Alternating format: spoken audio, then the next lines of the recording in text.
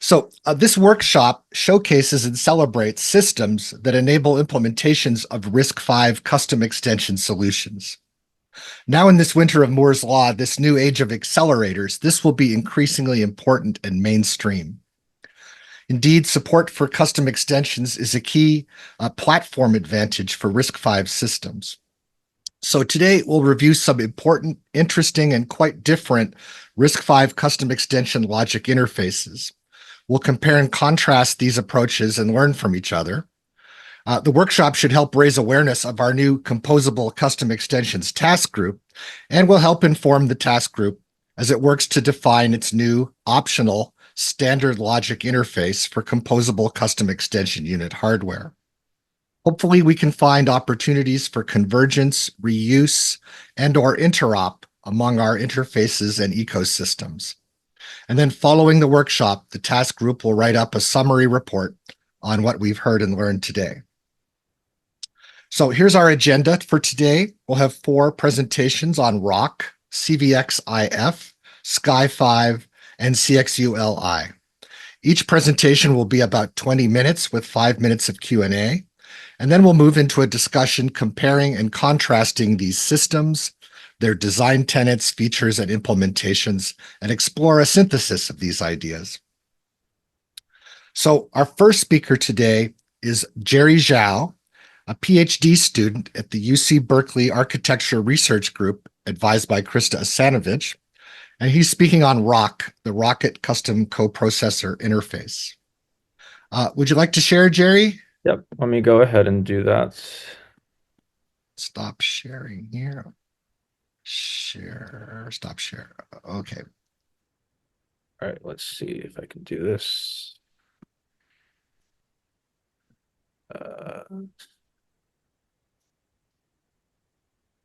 Okay, everything's working?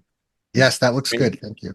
All right, yep, thanks for the intro, Jen. So, right, I'm going to talk about the RoC, or Rocket Chip Custom Coprocessor Interface, mostly going over the signaling details of the interface, some of the architectural implications of RoC's design, as well as the ecosystem and what RoC implies for the design of coprocessors that plug into the system. So just jumping right into it. I'll start by briefly sharing kind of the history and purpose of RoC to set the context here. So RoC was originally developed as the extension interface of the Rocket RISC-V core, which, back in the early days of RISC-V, this was the first RTL RISC-V implementation. It was originally designed, I think, very specifically to support the Hwacha vector coprocessor, which was some ongoing research microarchitecture at the time. A bit of trivia, I think the V in RISC-V, I think, was a maybe tongue-in-cheek play at this, that it stood for vectors even that way back in the history. So eventually, Rocket and Rocket Chip graduated in the CHIPS Alliance, both open sourced and now maintained by the CHIPS Alliance organization. We've seen continued use of the RoC extension as the default core-coupled extension interface for rocket chip-based SoCs and systems. So to provide a high-level summary of RoC, RoC is designed to be, I think, very research-oriented to enable a wide range of academic research accelerators. It does not provide very strict architectural semantics around the behavior of RoC instructions or the behavior of RoC accelerators, providing a lot of freedom to the implementer to decide how the instructions execute and how the accelerator or coprocessor behaves. An implication of this is that RoC can support a wide range of extension design points, ranging from very straightforward, more like functional unit type accelerators, all the way to very complex coprocessor-like systems with their own, internal instruction scheduling and memory management units. But at the end of the day, the interface itself is fairly straightforward. It's simple to understand and simple to implement, making it accessible to researchers and students. And also, just as an important point here, since RoC is built within Rocket Chip and the host cores of Rocket Chip are all Chisel-based, RoC accelerators are practically all implemented in Chisel. This isn't fundamentally required, but just due to the state of the RTL ecosystem around RoC. I believe this is, practically true for almost all RoC implementations. I'm not aware of any that aren't implemented in Chisel. So I'll be going over the signaling of RoC in the next few slides. So the most straightforward and obvious one is the command interface, the command request interface between the CPU and the RoC implementation. This is a decoupled ready valid interface. The CPU sends a in-order stream of non-speculative instructions that match the opcode of the RoC implementation to the RoC implementation. And if the instructions encode a read to the scalar RS1 or RS2 operands, the CPU is also responsible for, reading those operands out of its register file and sending them over along with the instruction bits. Only integer operands are supported in this interface. And, it's a decoupled interface, so if the implementation decides to want to backpressure the CPU, it is free to do that by deasserting ready. The response interface from RoC implementations to the CPU is also pretty straightforward. It's essentially for carrying write-back data for instructions, RoC instructions, which encode write to the destination register. So not all instructions may write the destination register, right? But for those that do, the implementation is responsible for eventually sending the response packet with both the destination register to be written as well as the data to be written. So essentially, for any number of in-flight requests within the RoC implementation, the response data is going to be tagged by the RD field. And I think an implication of this is that only one outstanding write to a given integer register might be in flight anytime within the RoC implementation. And this is because the implementation is allowed to return writes out of order to the host core and with arbitrary latency as well. So this, we expect that the host CPU provide at least a basic scoreboarding mechanism to track, a high number of potentially outstanding writes that the accelerator may need to respond to in the future.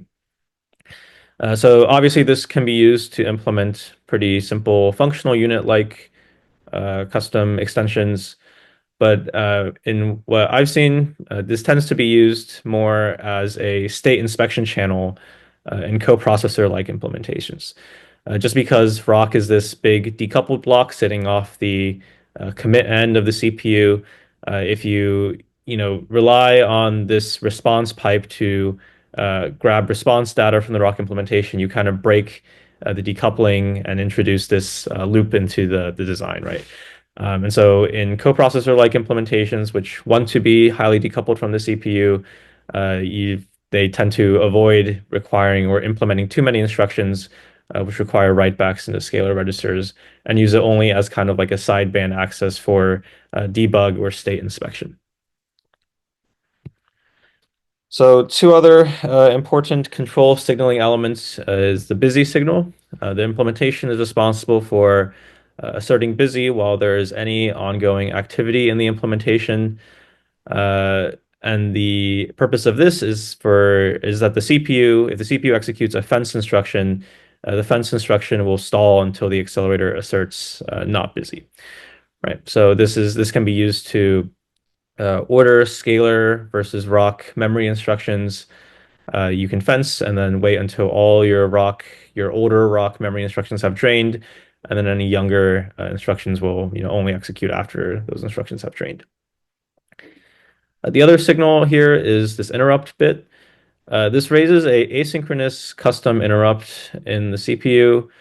It does not provide any other additional, it doesn't, there's no interface for the implementation to signal, what the cause of the interrupt is.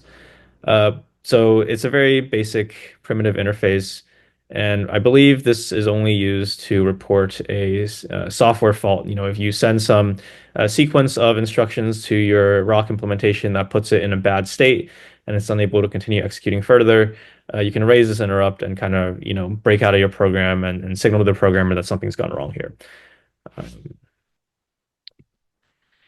And so there's a number of optional interfaces within RoC.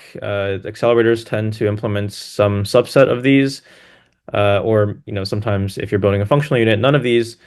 But I think the combination of these optional interfaces enables a significant degree of flexibility in the range of implementations that RoC might support. So just walking through these now, one of these is the CSR access interface. So along with the instruction that's sent to RoC units as the commands are issued, the current M status, machine status CSR is also provided to the implementation. The M status CSR is intended to be used in a private MMU that RoC implements. So the PRV and V bits within the CSR, within M status, control how the MMU behaves. In addition, RoC implementations are allowed to specify additional custom CSRs that they can request from the host CPU CSR file. So these are custom CSRs that don't overlap any of the standard CSRs. And so the CPU is responsible for maintaining the state of those CSRs and providing them to the RoC implementation. These are generally used to, provide some CSRs which software can use to configure details within the RoC extension's behavior.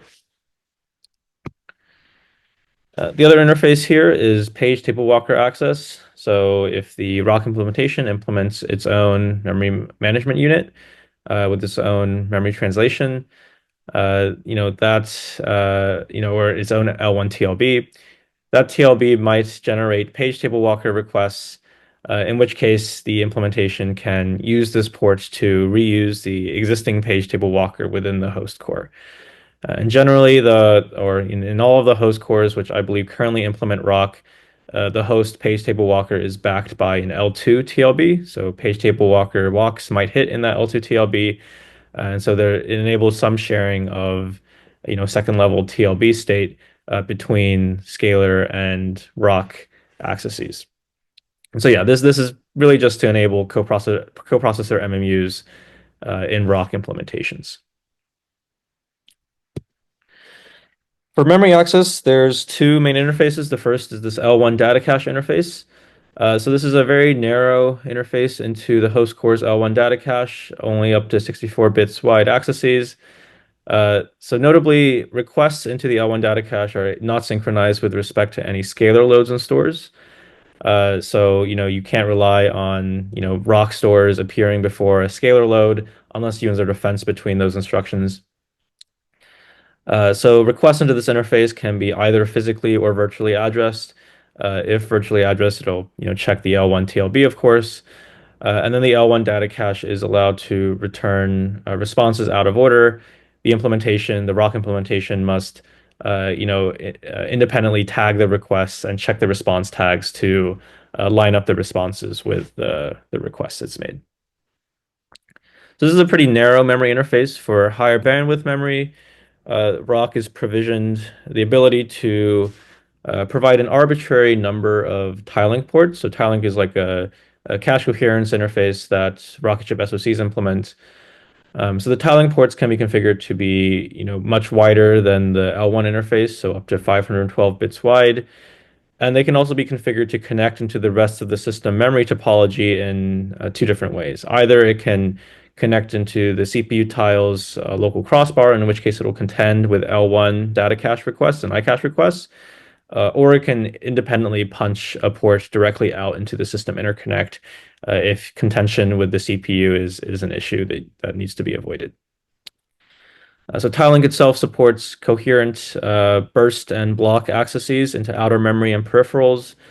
However, these accesses must be physically addressed. So this is why implementations have to which want to use this higher bandwidth memory interface need to implement their own private memory management unit and the L1 TLBs. So as for the architectural state, which RoC mandates, so if you're building a functional unit like RoC Accelerator, you might define no internal architectural state. You just pass some operands in, it computes the output, and it's returned via the scalar write-back path. However, a coprocessor like RoCs might define significant internal architectural state, register file, scratchpad memory, etc. However, RoC itself provides no built-in or standard provisions for handling or managing the internal architectural state that any accelerator might implement. It's up to implementers to modify any operating system thread management code to write the code that determines if there is architectural state in the implementation that needs to be saved out as part of thread state, and to of course write the code that's executing custom instructions to save and restore that state.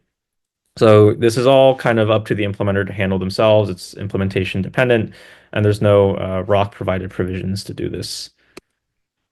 RoC instructions themselves have to fall into the custom 0, 1, 2, or 3 opcode space that's reserved in RISC-V.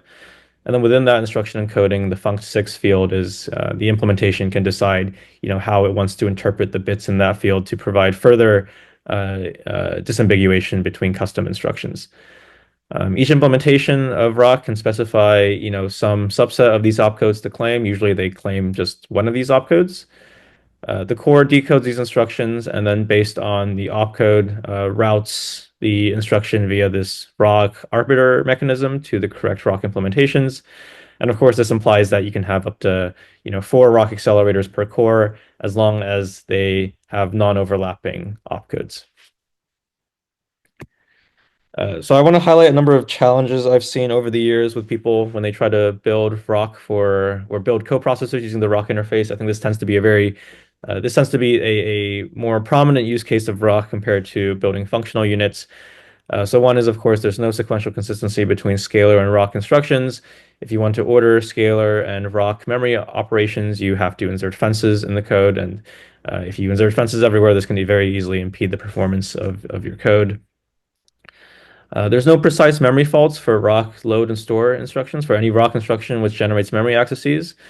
So if you have a RoC accelerator and it's generating, a virtually address memory access that generates a page fault, this is going to show up as an imprecise interrupt instead of a precise trap. And there's really no standard mechanism for, communicating the address of the fault and then recovering from that. So generally, the guideline given to people is to write their code such that it pages in all the memory which your RoC accelerator might touch before executing your accelerator code. Third point is that RoC implies this tightly CPU-coupled coprocessor model. This can be challenging to do physical design for when your coprocessors become very large with significant architectural state or a very complex internal microarchitecture. And finally, the RoC memory interface is a little insufficient for some use cases. The L1 interface, as I've noted, is very low bandwidth. And the tie-link interface, while it's much higher bandwidth and more flexible, it requires all your RoC accelerators to kind of independently implement a complex and costly internal load store unit and memory management unit. And if you're building a system with many RoC accelerators, you end up having many independent RoC accelerators, each implementing their own high bandwidth load store unit. And I think the duplication of such units in a many RoC design is, I think I kind of see it as a little wasteful. The RoC ecosystem, I think the cores which support RoC, the ones I'm aware of are just the cores that are part of Rocket chip. So Rocket, of course, simple 5-stage 1-wide core. There's Shuttle, which is a deeper and wider superscalar and order core. And there's Boom, which is a much deeper, much wider, high-performance superscalar out of order. The implementation of RoC and Boom is, a little bit more complex because it needs to, preserve the semantics of an in-order instruction stream post-commit to the RoC accelerator, but it still exposes the same API as the other cores here. As for implementations of RoC, there are many. Just putting the term into Google Scholar reveals almost 1,000 results. The ones I'm aware of, I think the most prominent ones, Hwacha, the original RoC accelerator, Gemini. Some work done at Berkeley to build a very aggressive coprocessor for machine learning. And then I'm aware of a lot of work around building accelerators for serialization, compression, decompression, encryption, decryption, lots of random use cases built on top of RoC. However, I believe all RoC accelerators are, exclusively used in the research and academic domain, as far as I'm aware. So in the last minute, I'll briefly highlight, I think, some work which might overlap with the goal of the CX task group. So, we noticed that there were some challenges with RoC, and we wanted to address these challenges. So, as I mentioned, the limited scalability of RoC systems, the physical design complexity of tightly coupling these accelerators to the host core, when we really want this, more modular, composable world of RoC IP blocks. And then finally, if we are going to build on top of RoC, we want to do so in a way that preserves software and hardware compatibility with existing RoC software libraries and with the existing RoC implementations, hardware implementations. I, along with a collaborator, developed this remote RoC extension to RoC, which is the goal of this is to physically disaggregate RoC accelerators away from the host CPU, but still architecturally preserve the illusion of tight coupling. So we do this through the implementation of a ReRoC client. The client is itself a RoC implementation, so it just plug and play with the existing RoC supported CPUs. And it essentially implements features that allow the CPU to dynamically acquire and map remote accelerators to its private opcode space and then forward issued instructions to those accelerators over a system interconnect. The manager, on the other end, plugs into the accelerators. It kind of proxies the RoC interface from a remote CPU. Existing RoC accelerators can be plugged in and they behave as if attached to the CPU. So for more information on this, we wrote a paper on this and published it in Micro 2023. And we also taped out a multi-core many accelerator SoC using the system that we can't quite talk about just yet because it's still under submission to a circuits conference, but hopefully more information will be available on that soon. Right, so that's the end of my talk. In summary, RoC is a research-oriented interface for custom functional units and coprocessor-like accelerators designed to enable rapid prototyping by providing a very simple interface with very few architectural impositions or constraints. It's highly flexible, enabling a wide range of custom RoC implementations. However, as a result, I think it's not really ideal for deployment in commercial settings where complex and robust software stacks or ease of physical design become very critical concerns. So thanks. That's the end of my talk. I'm happy to take questions if we have any time. Yes, we have about 5 minutes for questions. Just go ahead, anyone who wants to ask a question. Sure. This is a question, more of a statement, unfortunately. But you said that shared LSU might be something interesting to look at. And I just had a master's student finish his master's degree, and he's written up his thesis on that very same topic. So it might just, if you're curious about that, you might want to take a look at it. Oh yeah, thanks. I'll take a look now. This is something interesting that we've been thinking about a bit. I have a question related to the sequential consistency between host and coprocessor. Is this due to the out-of-order nature of the response, or would there be any way to ensure some sort of consistency? I think this is due to the lack of semantics attached to any, like the accelerators are free to uh, implement arbitrary architectural semantics on any of their instructions, right? So from the perspective of the host core and the host core's load store unit and memory pipeline, it has no awareness of the existence of any older RoC instructions that might be performing reads and writes, and it has no awareness of what memory regions those reads and writes might be touching.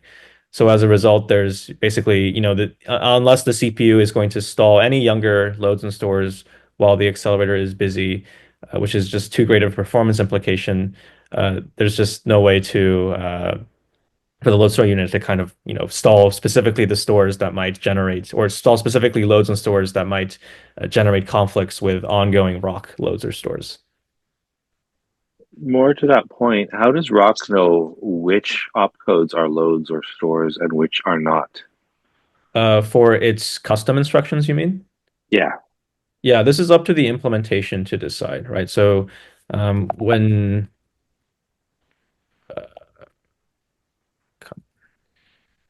Right. So when the implementation kind of specifies, I'm going to execute all instructions within the custom zero opcode space, it can, decode those instruction bits kind of arbitrarily in an implementation specific way to determine, oh, this combination of opcode and the funct field indicates a load to, this architectural state I've implemented, or a store from this architectural state I've implemented to this address. It's all kind of implementation dependent. So, it's just, the implementation decodes it however it wants, right? Right. So more to the point, if you're trying to do a fence, then the only thing you can do is do it on that busy signal, and then Yeah. the ROC implementation itself has to um, Right. use that, which means all instructions have to flush in order to allow the fence to proceed. Right. Yeah. So this is Including actually a pretty common case of bugs we find in people's implementations, is where they don't assert busy, even though there is something in flight in their implementation's load store unit. And then they, the scalar side fails to pick up a store the implementation is sending out or something. And then what about opcode steering? How do I know which ROC implementation gets the opcode? Doesn't that change? I guess the arbiter does that. Yeah, so this is kind of done at the RTL elaboration and generation phase, when you plug in the chisel ROC units into this generator system. Each ROC generator kind of advertises which opcode it's going to support, and that information is presented to the generator of the ROC arbiter, which will implement the steering logic based on which implementations are provided. Cool, thanks. How is it good in case there are multiple instructions running? They are allowed to have variable latency. So if there are multiple returning a result in a cycle, does the ROC arbiter handle that? Does it buffer the result, or how is the interpretation done if multiple coprocessors are done at the same time? And which part of the microarchitecture implements the scoreboard? There are actually two questions. So I'll ask you for the second question again, but because I didn't quite hear that. But for the first question, yeah, if multiple implementations try to write back at the same time, I think the arbiter will just stall one of them. There's only one port back into the CPU, so one write per cycle back into the CPU. And for your second question? Which part of the microarchitecture implements the scoreboard, handles this? So does the ROC implementation have to handle that, or? No, Like that's part of the CPU. Implemented? That would be part of the CPU. Okay. Yeah. Okay. Thank you very much, Jerry, for the presentation and for the questions. Can I ask Christian? Yeah, please. So with your custom tiling interfaces on the accelerator themselves, do you bypass the PMP? Yes, they bypassed it because the PMP would be implemented within the MMU, and the accelerator MMU, would. I think there is an option for it to look at the PMPs, but I'm not aware of any implementations that do so. I think 90% of the time, it just bypass the PMPs. Okay. Okay, thank you. Well, our next speaker now is Christian Herber. He's a senior principal RISC-V architect at NXP Semiconductors, and he'll be speaking on CVXIF, the Core 5 extension interface. Christian, can you share your slides? Yeah, let me start sharing. Me also, just so you can see me here. Right. Starting in a second. All right. So that looks good. Yeah, it's ready. So I'm here to present today on the Core 5 extension interface. It's an activity I've driven roughly a year ago. And more or less this presentation I gave at Embedded World last year. So I was happy I already had the slides, just slightly adopted. In general, CVXIF, it's a coprocessor interface. The point is we want to be able to accelerate any sort of domain-specific extensions with a standardized interface. So having a processor, standardized interface, and being able to bolt a coprocessor onto this.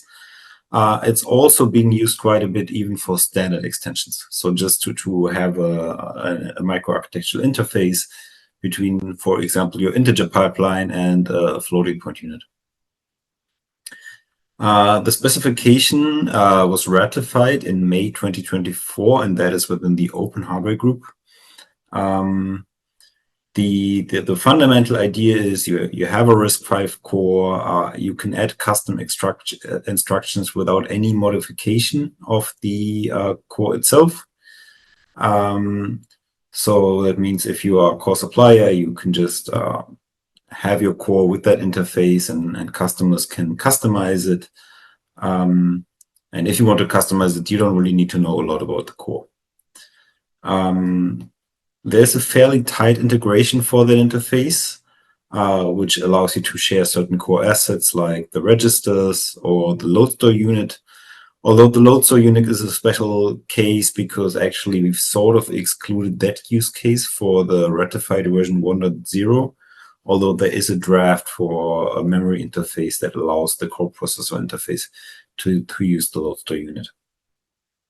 The interface is also quite parameterized to make it very scalable. So it's supposed to, be pretty agnostic of microarchitecture, but we still made sure that it is implementable in a two-stage pipeline core. But you can scale it up. So you might want to support variable latency instructions. You might also not want to support it. It simplifies a lot in the interface.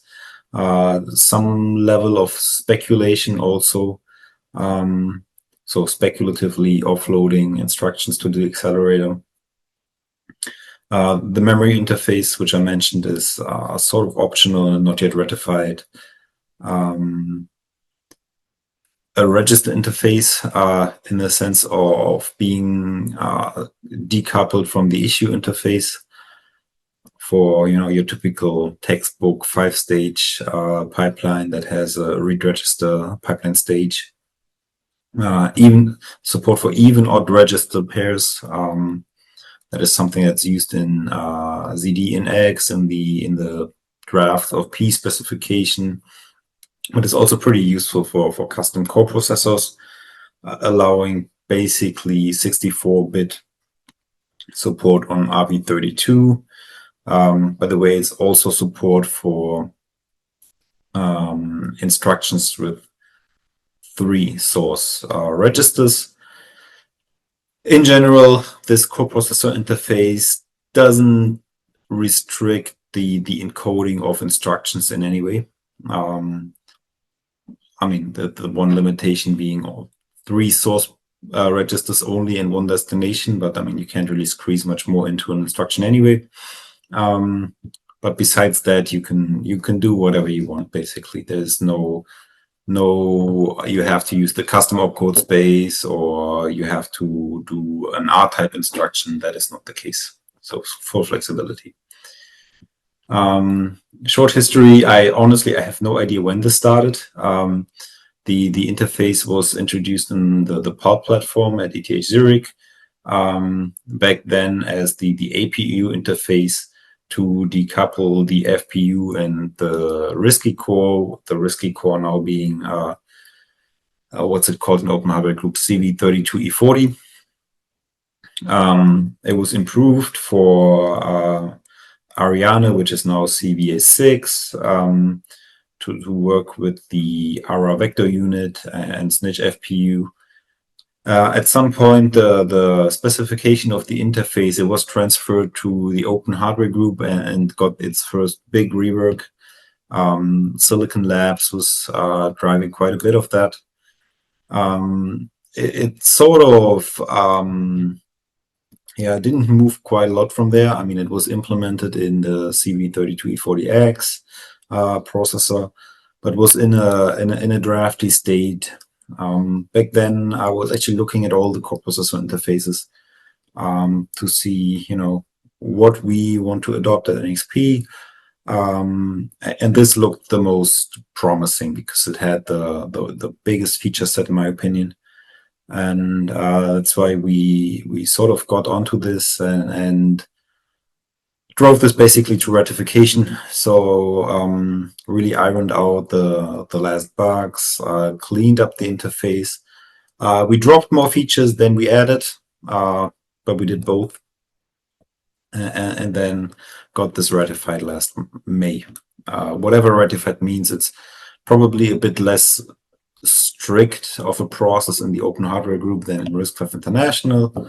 But at least, we got together with a group of people and we all decided that this is what we consider a really good coprocessor interface. I mean, this is sort of, I think, don't need to spend much time on this. I think you're all pretty familiar with those concepts. Basically, two ways in which you can use CVExif. One is really at the data, as what I call a data path extension, where the extension is integrated with the core, and it really looks as if actually the extension is implemented in the core. The other thing you can do is implement a coprocessor, which is a bit more decoupled, probably has instructions that execute a bit longer, may have its own memory interface. There's nothing we specify about this. So the CVX specification really is just about the interface between the core and the coprocessor. Whatever you do with respect to the rest of the system is totally open.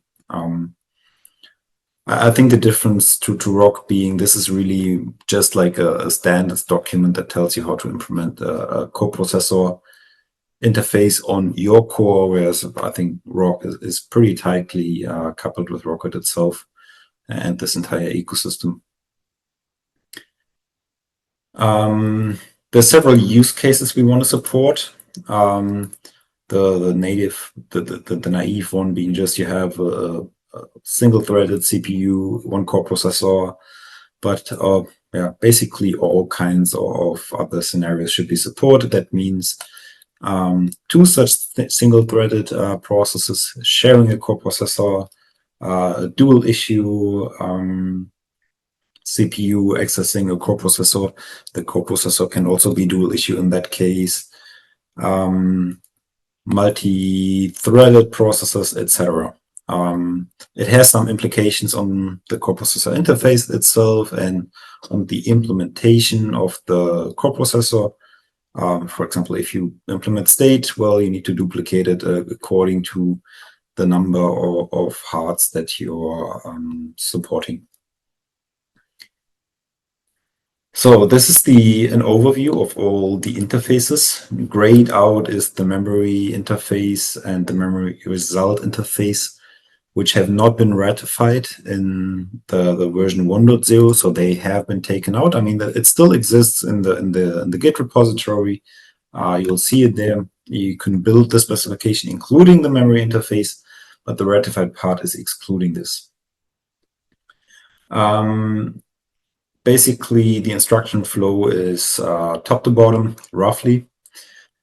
It starts with a compressed interface. This is how CVExif supports 16-bit instructions. So yes, 16-bit instructions are supported. I'm personally not a big fan of the compressed interface, but I mean, it's there. What it does is basically you give it a 16-bit instruction and it returns a 32-bit instruction. So it also needs to be one-to-one mapping.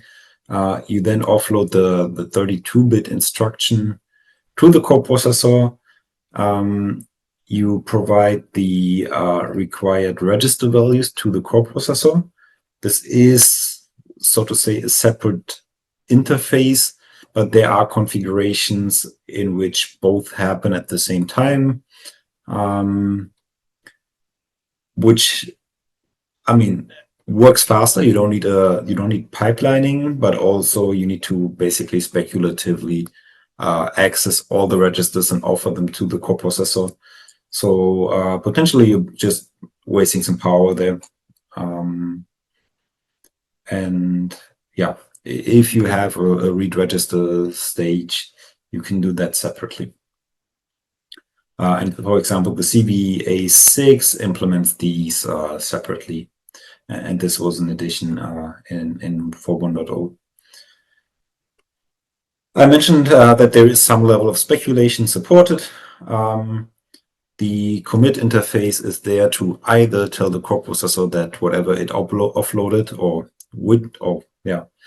is no longer speculative, or it can also kill a subset of the instructions. In a very simple case, it just flushes the coprocessor. The memory interface I mentioned, that's sort of a TBD item. It was generally considered that this is something useful. I mean, we've heard in the previous presentation, you can just implement another physical interface, but then it gets a lot more difficult with respect to, well, you're bypassing the MMU, you're bypassing the PMP. How do you ensure that the memory access is actually consistent? So you create a lot of headaches. And yeah, the memory interface would be something that's needed, but we didn't really have somebody actually using it in a real application. So we didn't want to ratify something that nobody has implemented yet just because we find it useful.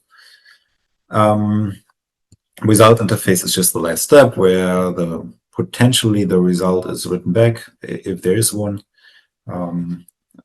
Where also, if you had the memory interface, errors could be reported back. I don't quite recall what else is written back. Some other signals are also there. Yeah, I've been phased out of the CV-EXIF for 9 months, so I don't know everything off by heart anymore. This is some detail about the things I mentioned about the issue and register interface. There's 2 diagrams here. One is the scenario where you issue the issue and register transaction in the same cycle. And this is if you do it in separate pipeline stages. So we have groups of signals here for the CPU.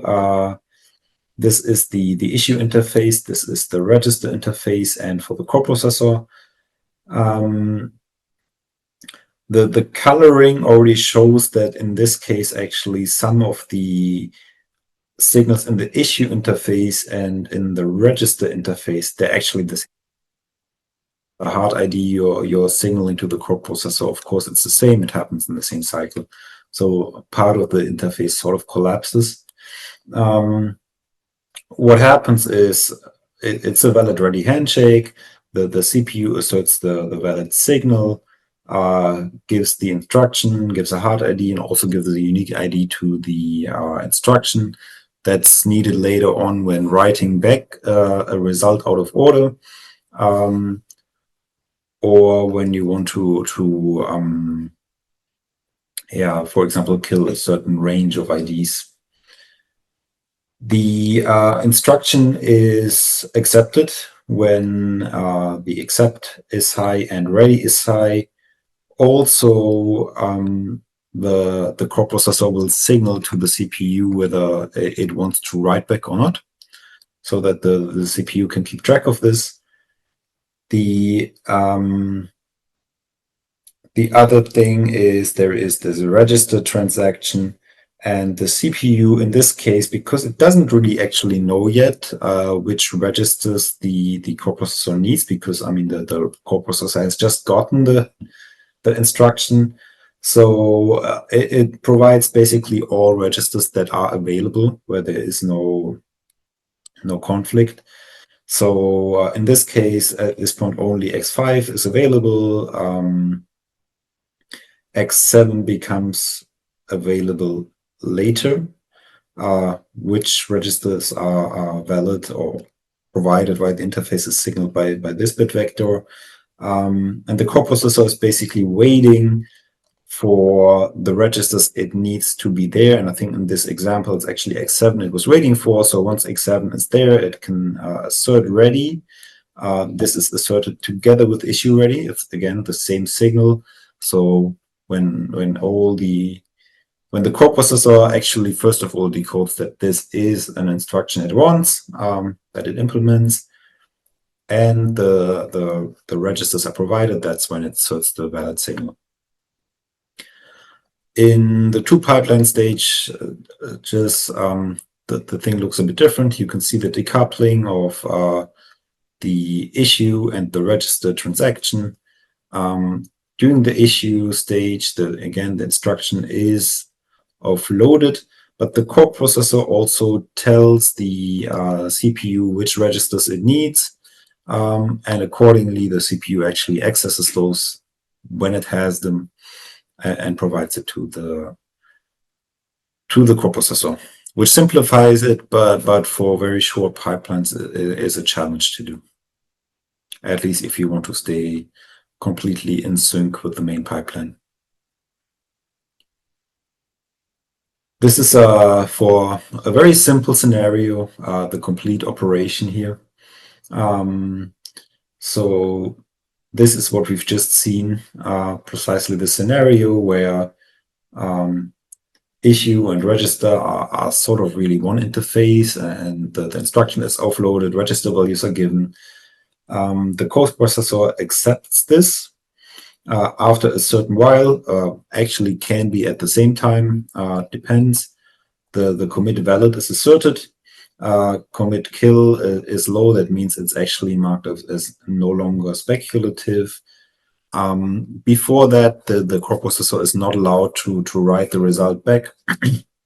But as soon as this is given, the coprocessor can and might actually in the same cycle assert its result valid signal. The CPU has result ready asserted, so the result is accepted, which in this case is just the ID, the data to write, the register it targets.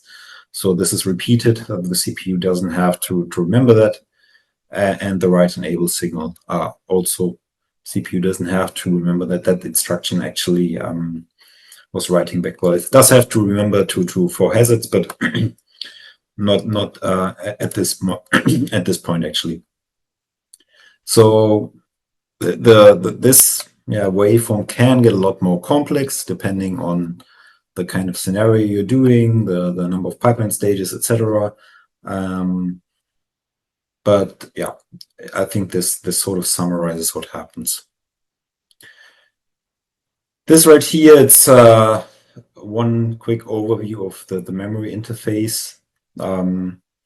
The idea is you can have a request, you can specify size, byte enables, certain attributes, write data for the memory write, and you can break down one load or store into multiple requests, and this is done with this last signal.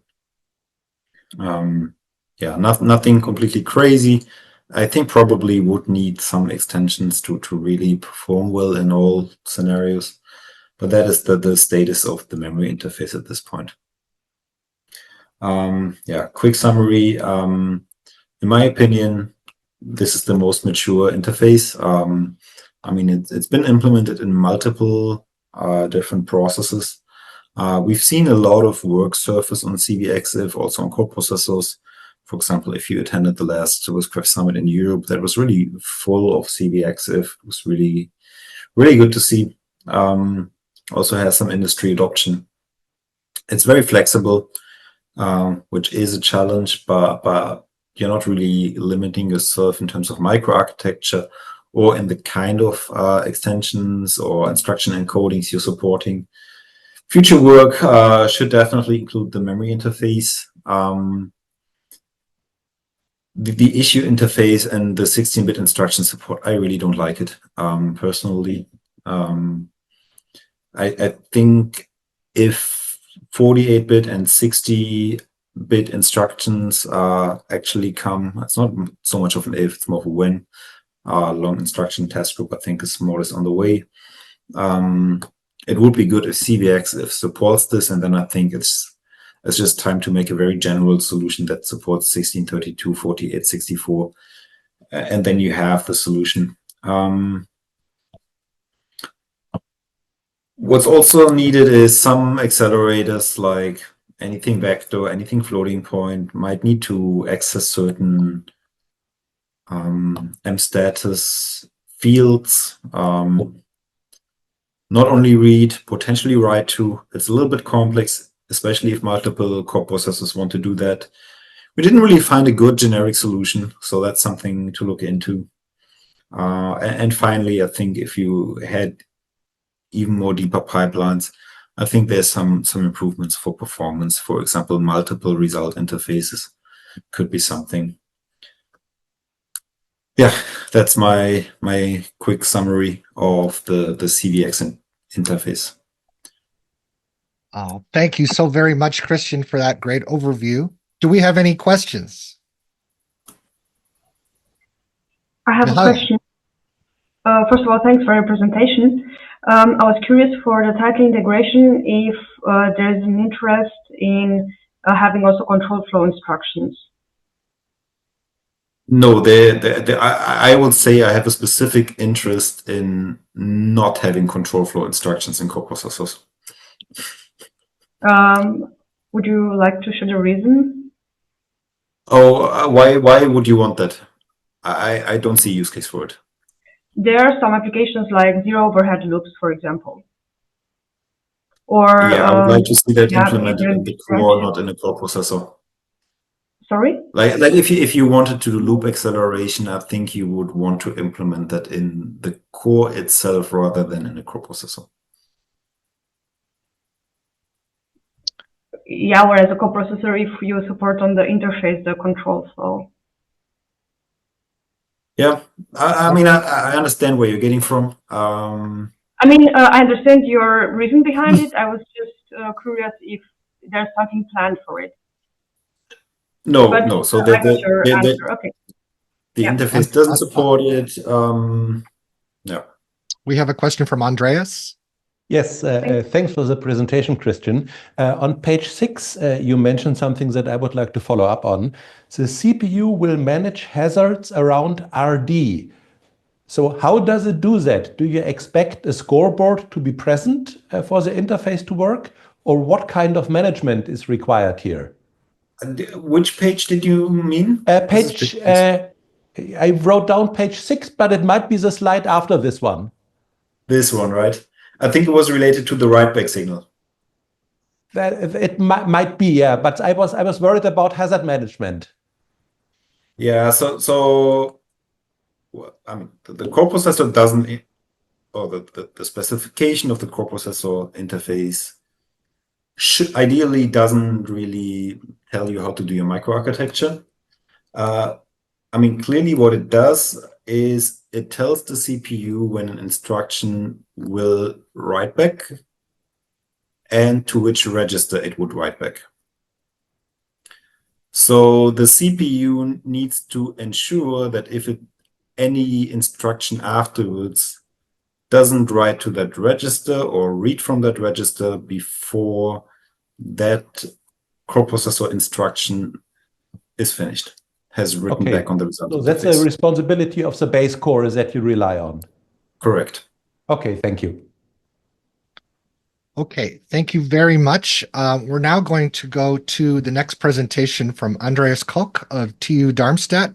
He's a professor of computer science in the Embedded Systems and Applications group there. Today he's speaking on SCAIE-V, an open source scalable interface for ISA extensions for RISC-V processors. Andreas. Okay. So can you see my slides? Yes, thank you. Very good. So this is work that was initially implemented by Michaela Damian and is currently being pushed forward by Florian Meisel, who is with me. As Christian described, this has been realized in a number of projects. So first in a national project where we focused on extending microcontroller class cores, and then in a later project, also the Tristan project that Christian already mentioned for application class cores. In contrast to what we have heard so far, we are not aiming for coprocessors here. We could do coprocessors, but our main aim is actually tighter integration. So we're aiming more for custom instructions, and we want our system to be suitable as a target for automatic high-level synthesis of these ISA extensions, which we have been taken to abbreviating ISACs here. So don't worry if you see that on the slide. So let's briefly go over the ISACs features supported by our SCAIE-V interface. We, of course, have R-type ISACs. We are currently working on being able to read from RD as well. We do not support at this point the R4 format vector registers or floating point registers. We do support, right from the start, ISACs supporting memories, specifically by using the base course LSU or MEM stages, so that we do not incur additional memory ordering constraints. And ISACs could have a separate memory interface, but we are not using that. We give the ISACs flexibility in whether it wants to provide, let me switch to a laser pointer here, whether it wants to provide a custom address or whether it wants to reuse the course offset plus base rec address calculation logic. And then we do provide custom control flow ISACs. I completely concur with Christian. In a coprocessor approach, these are probably not needed and might cause more trouble than they are worth. But for tighter integration, we have found them quite useful. For example, it is very useful for us to implement these branch immediate instructions that have already been defined. Or the zero overhead loops that Michaela already talked about, or indirect jumps if we wanted to. And our SCAIE-V layer ensures that flushes and stalls are handled correctly so that the ISACs itself does not have to worry about those. We have a number of different execution modes for our ISACs, and these are different from the modes that Christian just showed us between hearts and dual issue. This applies more in the way to the way the ISACs are integrated into the core. In the simplest way, we have in pipeline integration, for example, if you have a single cycle combinational ISACs, this is directly integrated in this, into the base core. Then we have near pipeline integration, where we do have a multi-cycle ISACs, but the result is actually in time for the regular write back. So in that case, we do not need extra synchronization. Then the more advanced stuff starts. We have out-of-pipeline ISACs, which are unconditionally stalled. What that means is the result is too late for a regular write back, and we always stall all post-ISACs instructions. So we stall all of the stages before the ISACs has actually written its result. This also allows us to observe memory ordering. So we don't have the problem of having to synchronize between ISACs and regular memory instructions. Then it gets wilder. We can switch to conditional stalling. This is what I was discussing with Christian just before. So what we can do is we can enable a dynamic mode where SCAIE-V provides for the simple cores which do not have it, a scoreboard-like mechanism. And for the larger application class cores, such as CVA5 and CVA6, we reuse the existing scoreboard. So we hold only those instructions that actually have data dependencies to the result, to the destination register that is still being computed by the ISACs. Note that we are not handling memory dependencies in that way. So you're on your own if you use that execution mode and do memory accesses. It gets even wilder in this last mode, out of pipeline never stalled, where there's basically a fully decoupled execution. We can start the ISACs and then other instructions keep on executing. This is actually not as risky as it sounds. If the ISACs has a constant latency, we can use compiler scheduling to make sure that the result is only accessed once it's already been written back. And we do have such compiler technology available.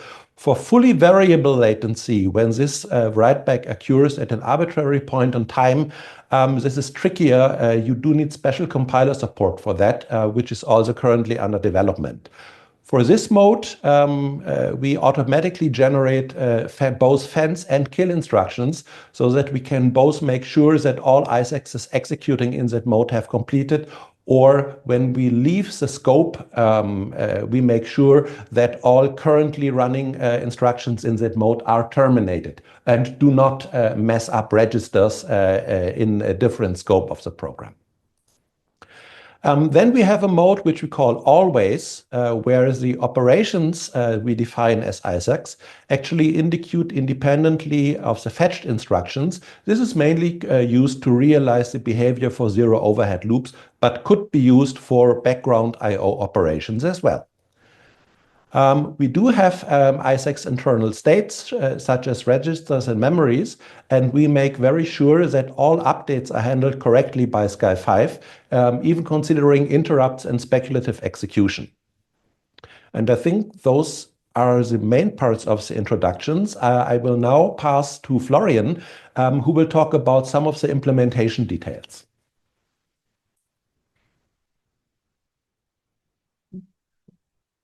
Thank you. And the two main class of cores we support are first the MCU class cores, which were the initial target of SCAIE-V. Those are in order single issue cores and have a single pipeline stage or a set of stages for execution. And obviously only one instruction can be in a given stage at a time. Application class cores, on the other hand, have parallel execution units, which can also have different pipeline lengths. And for this reason, they also support out-of-order execution as a result. MCU class cores are limited to in-order execution, in-order completion of instructions, and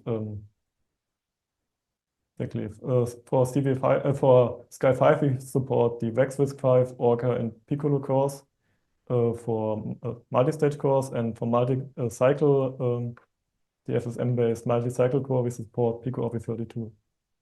For application class cores, we currently support CVA5 and are working on supporting CVA6. So I'll take a look at execution modes once more from the view of these two classes of cores. So for in-pipeline and near-pipeline ISACs, SCAIE-V maps those directly to one or several pipeline stages of the base core. Whereas for out-of-pipeline ISACs, what exactly happens depends on the configuration of the ISACs. In the regular mode, the ISAC is mapped into a single pipeline stage of the base core for MCU class cores, in which case we get the unconditional stalling mode. Or for application class cores, the ISAC is mapped into an execution unit dedicated for SCAIE-V, and this mode is essentially conditional stalling. The second option an ISAC developer can choose is a decoupled unit, where the instruction is already retired from the processor pipeline.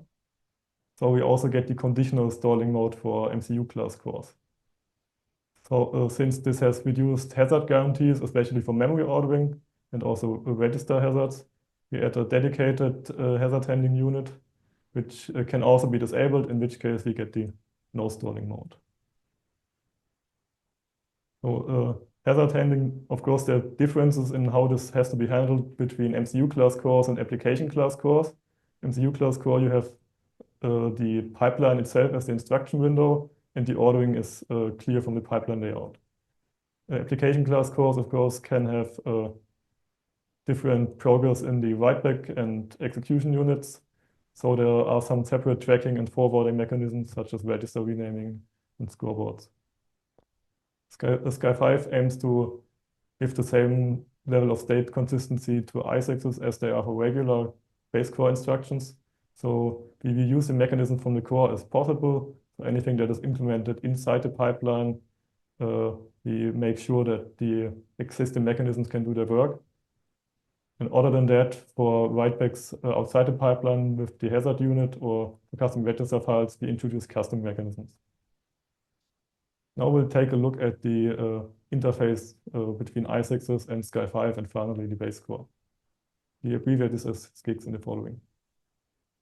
So SCICS is a simple per stage interface between the ISACs and SCAIE-V, and basically each operation directly requested by the ISACs will turn into an interface pin in the end.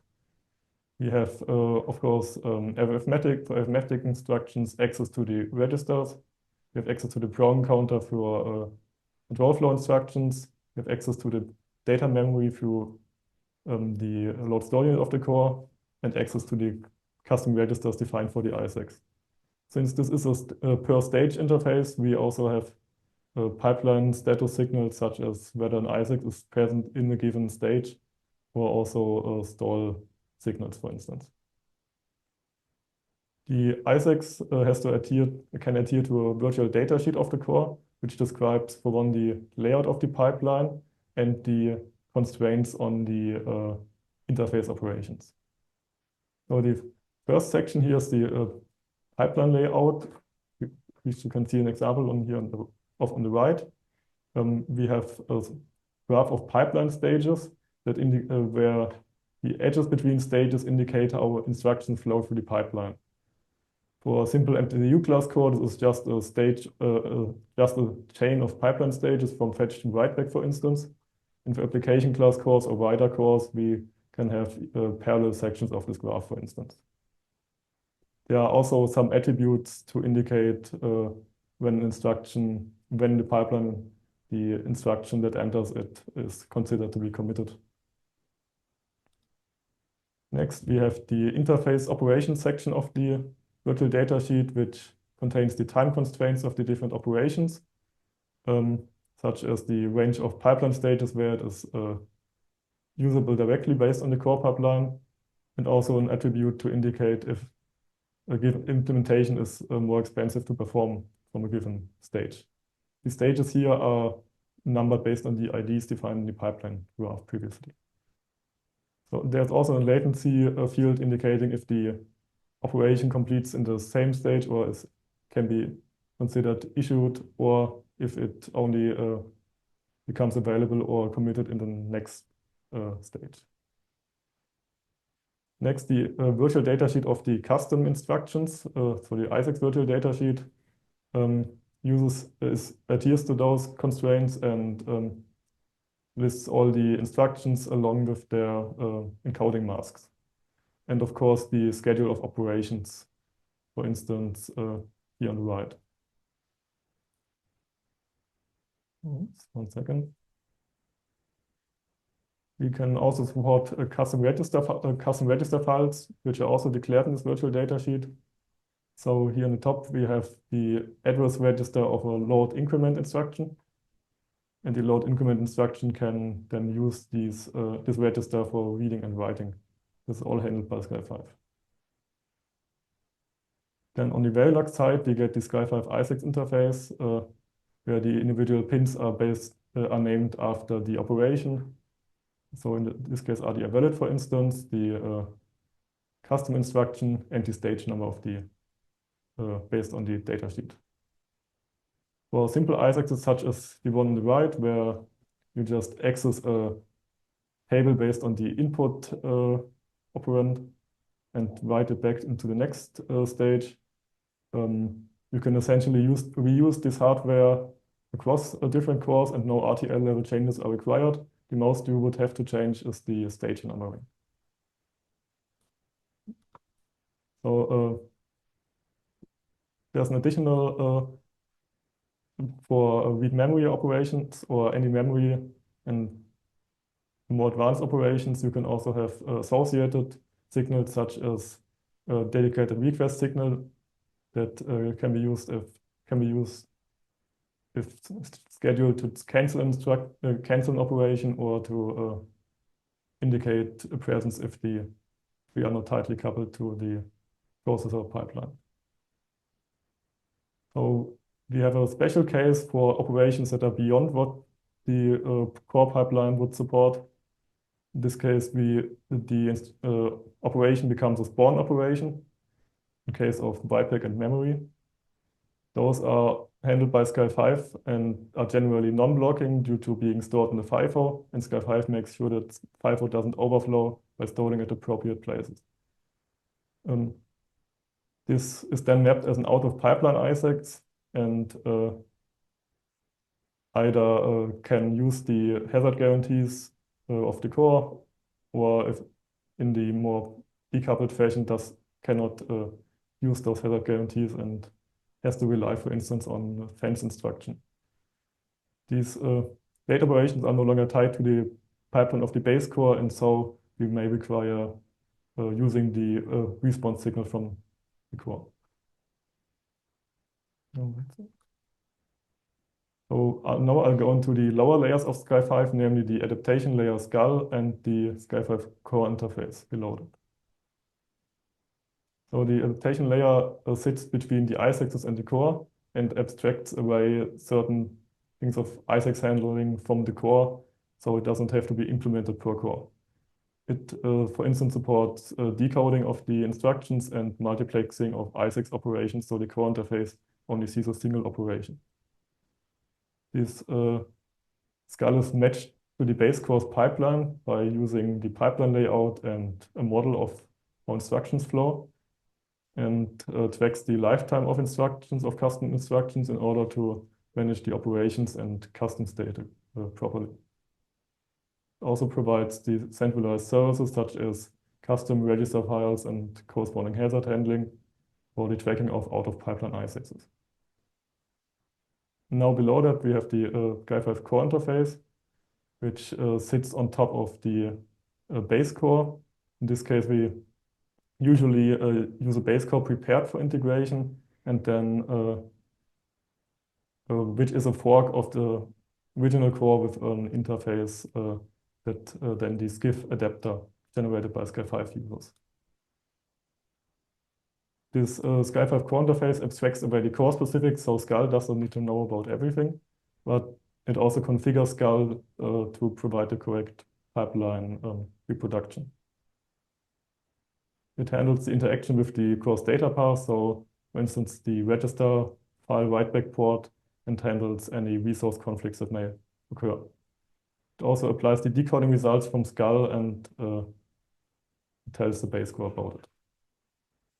The overall interface of SCIF is pretty much the same as SCIX, except the operations are already multiplexed by SCAL, and we provide additional signals for SCAL for instruction tracking, for instance.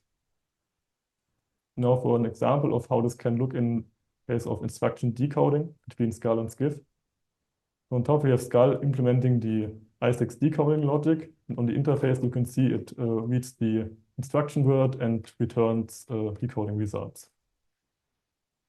Here it computes the decoding result based on the instruction word, and also based on whether an instruction is currently active in that given stage, using additional signals that I've not listed here.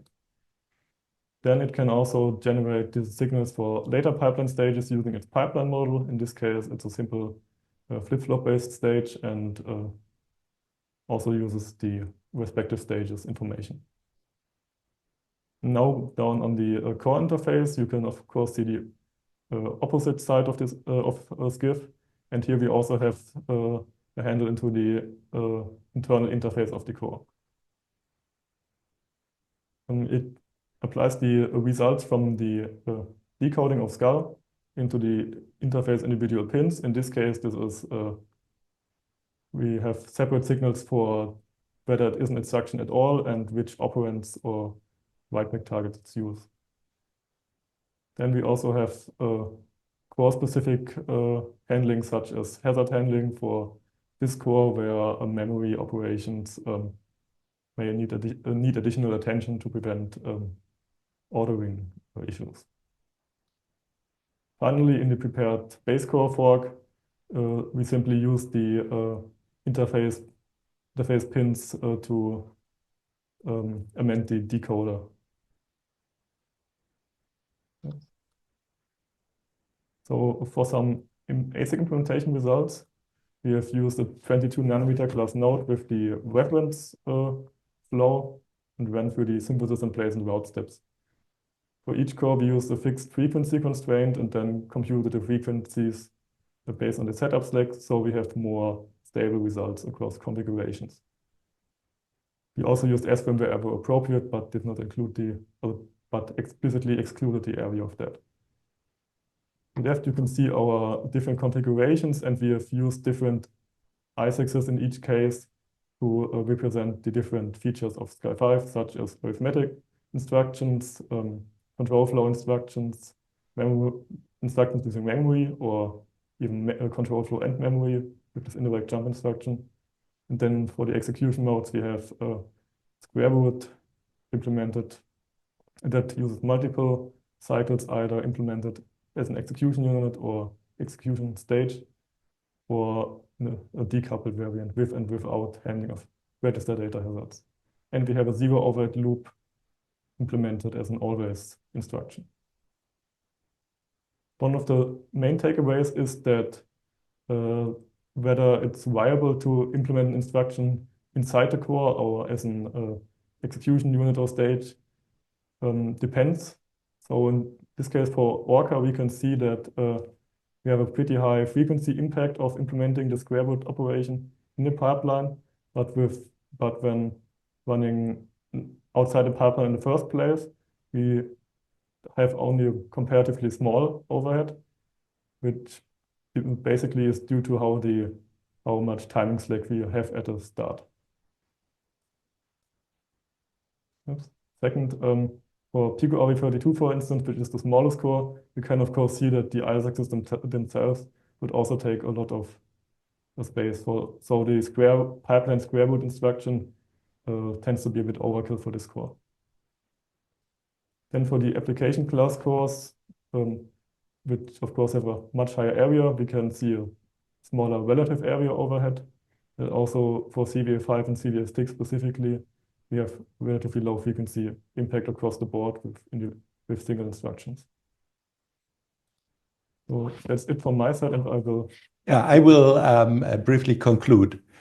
So we achieved the design goals we set out with SCAIE-V. So we wanted to be scalable from simple to complex ISACs. We wanted to be portable between multiple processors. We started with MCUs, are now scaling up to A-class, and also have out of order on our list. And we really optimized for performance, so we avoided wasting cycles. Jan and Guy will remember the discussion we had at the North America Summit, where I was worried a bit about the cycle cost of CX for some operations. So we avoided all of this here. And we appear to be the only ones who are targeting our extension interface as an automation target for HLS. So our high-level synthesis system reads and generates the virtual data sheets of the core and generates the virtual data sheets of the ISACs it generates using HLS. Which is then fed to the rest of the SCAIE-V tooling to actually configure the interface. We also are working on verification by very fast hybrid ISS and RTL simulation for ISACs, but this is work in progress, so I have nothing to talk about here further. We are working on better OS integration. We have nothing on ISACs discovery, which is why we are following CX in that regard. And as I said, we are aiming to target even larger cores. And yeah, all of this is open source, especially for the MCUs. This is pretty stable. Take a look. Comments or questions are highly welcome. All right. Thank you very much, gentlemen. I think we have time for one question. Are there any questions?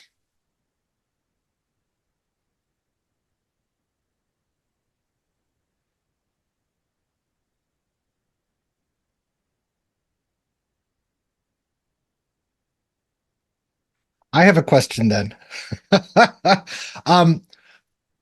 If you wanted to compose two different ISACs with different latencies or whatever, is that something that you would harmonize in your, I think, SCAL? Like, how would you handle a floating point unit like ISACs that has variable latencies on some function operations and maybe a fixed latency multiplier or something? Yeah. I will give you the first answer, the HLS-centric answer, and I will leave Florian to answer your actual question. Okay. So if you have something like that, the best case might be to hand all of the ISACs you want to realize to our long-nail high-level synthesis system, which will realize them as one block and is then able to perform inter-ISACs optimization, resource sharing, etc. So in that, you will get a very good result. There is, however, a way to do this without HLS.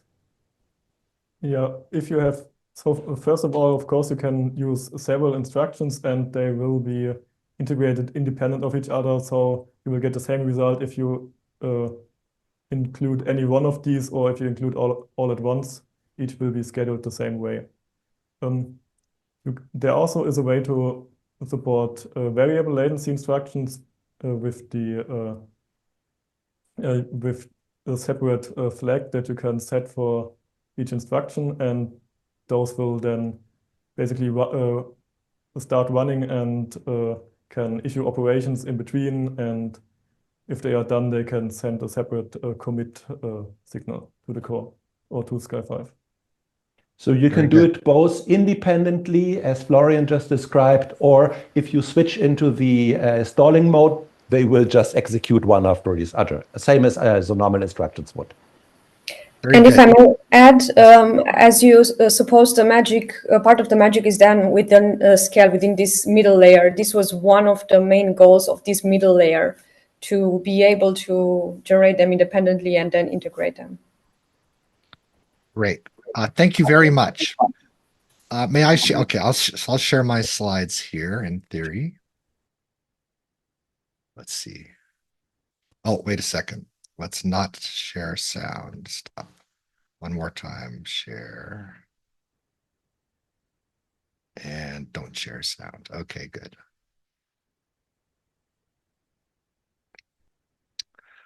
Great. So, hi, everybody. I'm Jan. I'm an RVI individual member, and I'm vice chair of this task group and the soft CPU SIG. So today I'm presenting on CXU-LI, the Composable Extension Unit Logic Interface. And CXU-LI is one of several interface layers of the Composable Custom Extensions framework. So let me introduce that first. In part, so reuse of multiple custom extensions is rare, in part because different custom extensions may conflict in their use of custom instructions and CSRs, and because there's no common programming model or API for custom extensions. And it's unfortunate that it's so hard to reuse and build upon each other's good work, each other's accelerators and accelerated libraries. So the soft CPU SIG have spun out this new Composable Custom Extensions task group. The group will specify new ISA extensions and non-ISA interop specs for the decentralized and cooperative reuse of the custom instruction in CSR space while remaining compatible with existing custom extensions and software uses. This enables routine reuse together in one system of multiple independently authored composable custom extensions and their software libraries and their modular hardware implementations.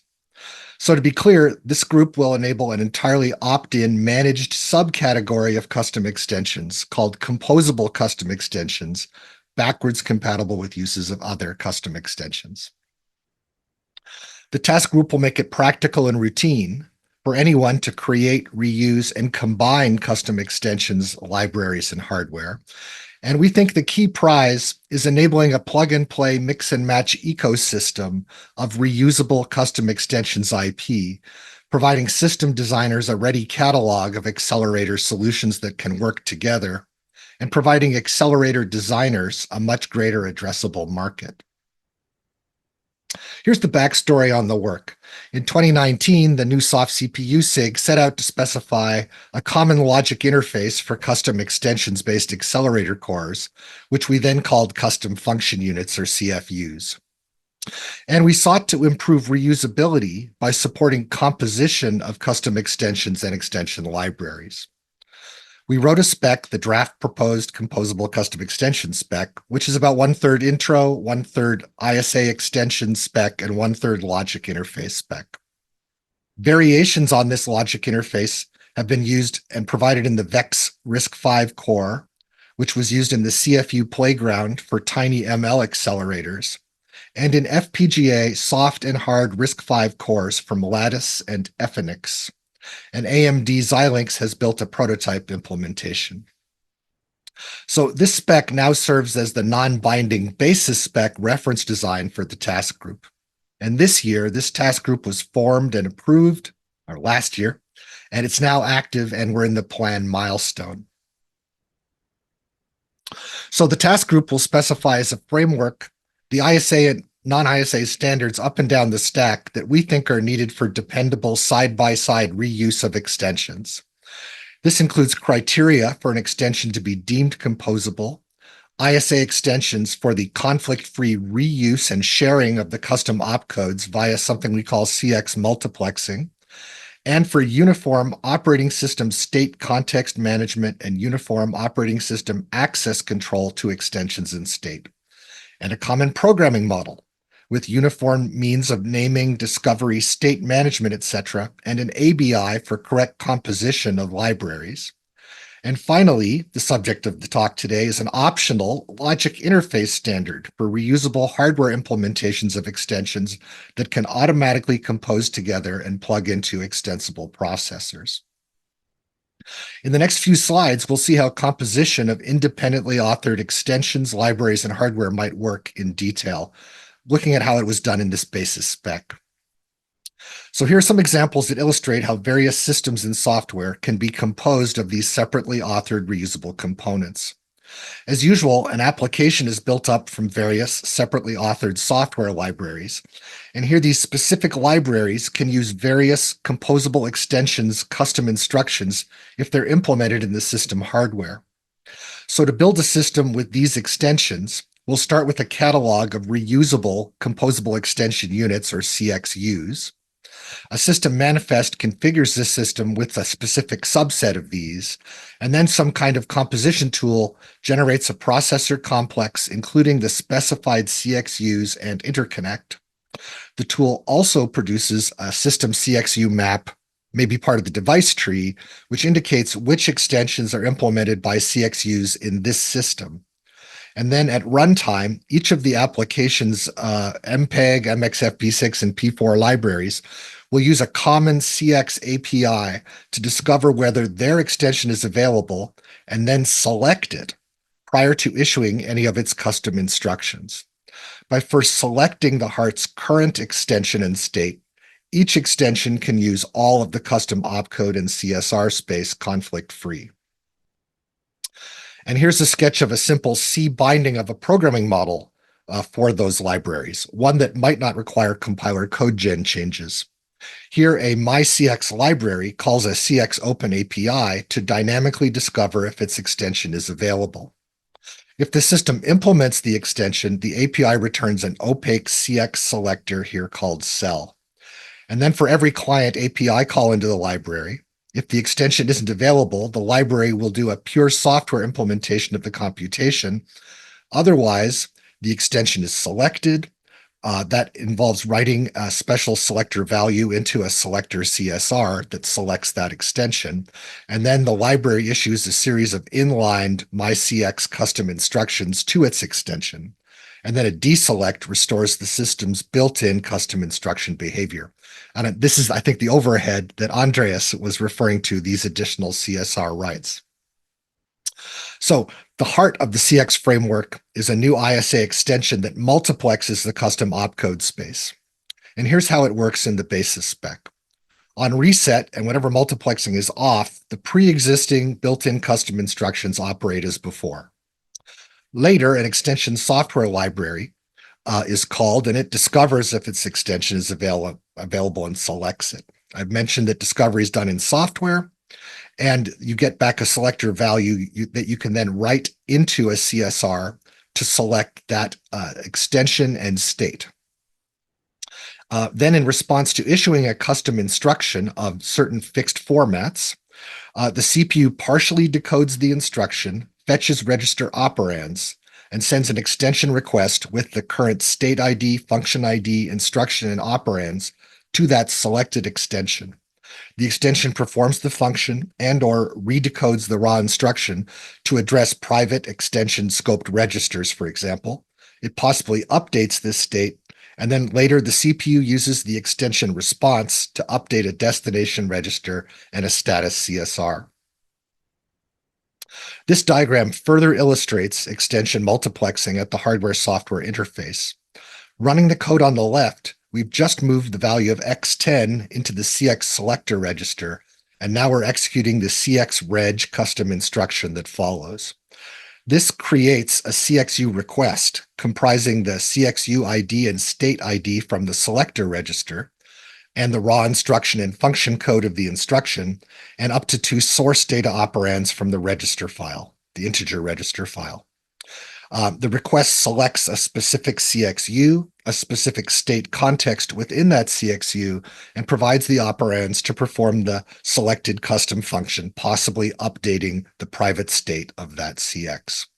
Response data is written back to a destination register. Now, most custom extensions are stateful. That is, their custom instructions can introduce new extension state, such as private CX accumulators, registers, and register files. Composable extensions can also provide CX-specific custom CSRs, also conflict-free, uniformly accessed with the usual CSR read-write instructions. The task group will specify uniform ways to select and manage CX state contexts. We may support an arbitrary mapping from hearts to any of dozens of state contexts per CX per system, or perhaps 1 per heart, or perhaps 1 per system. We'll also specify uniform CX agnostic, generic operating system access control, virtualization, and context switching support. So when you invent a new stateful composable extension, it can just work without requiring kernel or driver changes. So now let's look further down the stack into this common logic interface for CX unit hardware. An ecosystem of composable extensions requires modular and portable composable extension unit hardware cores, our CXUs.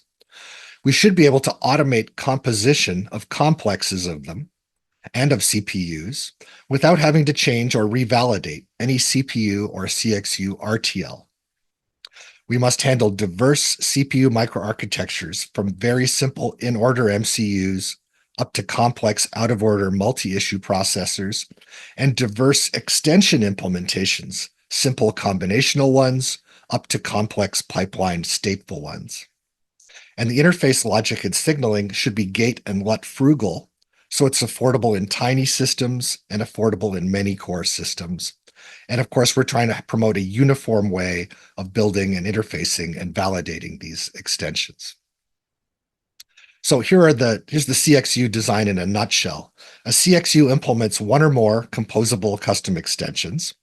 And as a CPU issues these custom instructions, each becomes a CXU request routed to some selected CXU, which performs the requests in order and sends back responses updating destination registers.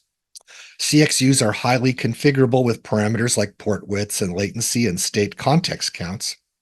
And the logic interface supports different feature levels that reflect different levels of sophistication of CPUs and CXUs. A given CXU or CPU will speak a specific feature level, and then systems are composed from these using provided parameterized switch and adapter CXUs. The 4 CXU feature levels in the basis spec are stratified to factor out boilerplate complexity and overhead and keep simple cases simple and frugal. So it works well for both even in-order unpipelined cores, unpipelined FPGA CPUs up to these complex processors. So for example, some CPUs can tolerate fixed latency pipelined extension units, but can't tolerate a back pressure flow control from a unit. So here, level 0 is for combinational CXUs with just the data port signaling the requested data and functions. Level 1 is fixed latency clocked CXUs, which add a clock, reset, some kind of clock enable or power management, a state ID, and a response valid. And level 2 is for variable latency streaming CXUs, adding valid ready handshakes on requests and responses. We also have a level for CXUs that can reorder responses and processors that can handle that. The basis spec also defines feature level converters, adapting request and response channels up to higher feature levels automatically. The logic interface enables automatic composition of these CPU and CXU complexes. And composition configures the CPU and CXU RTL modules with compatible parameter values, such as compatible latencies, and then inserts switch and adapter CXUs to wire everything together. So in this example, there are 2 CPU cores, and each can issue requests to any of 5 CXUs. Here, CXU3 is at level 1, while all the other components are at feature level 2. And so the first step of composition is to insert an adapter core to raise CXU3 up to level 2. And then all that remains is to insert some switch CXUs. The first routes requests from the CPUs to all CXUs, while the second routes requests from the CPUs or from CXU2 into CXU1. So composition of CXUs is a configuration constraint satisfaction problem, finding a common feature level, port widths, latencies, etc. Recalling the earlier extension multiplexing slide, we see here that the basis spec CXU-LI signals are just a pair of CXU request and response streams. This single table summarizes all the CXU-LI request and response port signals across all feature levels. Some ports have configurable width parameters, some are optional and can be deleted with a width parameter of 0. The takeaway here is this is a simple and austere logic interface that's scalable and accessible to many diverse kinds of CPUs and CXUs, perhaps at the cost of expressive power. And yet it supports important CX framework requirements, including dependable composition of extensions, efficient extension versioning, and multiple state contexts. I also highlight in yellow here 2 signal ports that we think are essential to our composition programming model and may be new to this discussion. The request CXU ID is used to route requests to specific CXUs or to select within one CXU an implementation of a specific version of a CX contract. And the request state ID, which can simply identify the requesting heart, but might also be used to provide a hardware objects-like state model to software. That enables multiple libraries on a thread to each open and select and enjoy their own separate isolated instance of a stateful extension without requiring a caller or callee save ABI to share one instance between libraries. That could be important for performance in some use cases. Now we can briefly consider the 4 CFU-LI feature levels with some simple waveform examples. Obviously, the first is level 0 combinational. So there's just the data signals and the response coming back. Level 1 has fixed latency clocked pipelined CXUs. It computes a function, each CXU computes a function of each request and its private state, if any, possibly updating the state, and sends a response back after some parameterized CXU latency cycles.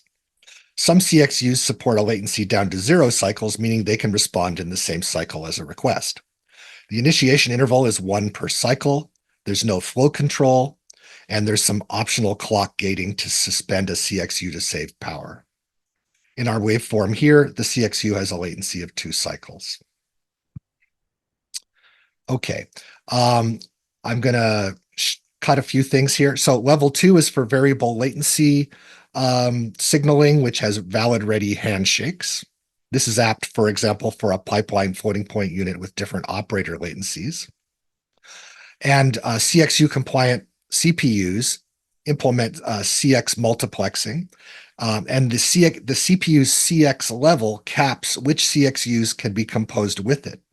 For example, an austere single cycle CPU implementing level 0 can only be composed with combinational CXUs, whereas a pipelined in-order CPU might implement level 1 with some fixed latency that all of its CXUs must match. Level 2 and higher request and response channels, each with valid ready handshaking, map nicely onto AXI streams. And this is very useful because modern SoCs provide many AXI system interconnects to transport AXI stream data around a chip, including a NOC. So therefore, the basis spec defines a canonical port mapping between CXU-LI and AXI streams. So the basis spec logic interface is quite intentionally simple and frugal. And of course, that brings some shortcomings. For CPU hardware that doesn't change under composition with CXUs, the design specifies a variety of fixed custom instruction encodings. Also, this repertoire of fixed CS instructions can only access the current CX state or the Hart's integer registers. They cannot currently in the spec access floating point registers, vector registers, or memory, or the program counter cannot raise exceptions, etc. And there's no support for speculative issue and late cancellation of a custom instruction. So for precise exceptions, a CPU must hold off issuing a custom instruction's CXU request until it establishes that no prior instruction will raise an exception. All of these basis spec design features will be reconsidered in the task group's new logic interface version. So that concludes my brief intro to CXU-LI. Before we go to discussion and synthesis, I wonder if you have any questions about CXU-LI.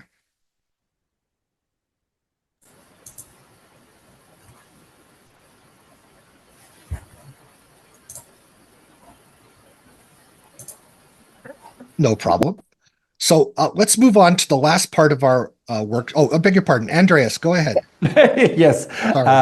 I was a bit unclear which of these many operations and abstractions you described are happening at build time when I compose, build, whatever is the system, and which happens at runtime. I think that is for whatever presentation, whatever spec, that is a very important point to be very clear on. Yes. So first of all, we anticipate a catalog of reusable libraries and reusable extension unit hardware implementations that are built once, wrapped up either in source code or in a binary, or wrapped up in RTL for the module, and then are not changed under composition. So we don't expect the CPUs to change under composition or the CXUs, except for the parameters that we discussed, latency and port widths. The rest is done dynamically at runtime. So the discovery by software of whether its extension is present or not on a particular hardware platform is a dynamic action. The selection of the current extension to receive the custom instructions is a dynamic action. The pipeline scheduling and hazard dependence tracking and the scoreboarding of registers, if appropriate at the CXU level you're using, those are all pre-built into the particular processor core that you're using. There's no compose time synthesis of new data paths or control logic or decoding, with the exception of configuring those adapter cores that are also pre-built with latencies and connectivity tables. Okay. So if I may lead into the synthesis stage at this point and pick Absolutely. basically up where you ended, Jan. Yes. I see two main directions for these interfaces. One is the coprocessor centric view, which we have seen for both ROC and CVXIF. And then we appear to be the sole champion of tighter coupled, smaller scope, single instruction kind operations. And my gut feeling is, and this is controversial, so I'm putting this up for discussion. My gut feeling is that the very powerful mechanisms, Jan, that you just presented, they might be more suitable for this coprocessor use from NXP and Berkeley, where we know that the coprocessor is running thousands of cycles anyway, than spending that for our single cycle, 1 to 3 cycle instructions that we are talking in SCAIE-V. But again, this is controversial. I want to open the discussion. I have a slide I'd like to go grab, so if you'll bear with me, I will. Sure. While you're doing that, Jan, yes, I'll please add something. The CXU switch is something that might be dynamically generated based on the system comp. So the CPU doesn't change, the CXUs don't change, but the switch may change when you compose a system. So the dynamic software recovery maps what's available in hardware to what the software is allowed to use. And that manages all the opcode conflicts and things like that that arise.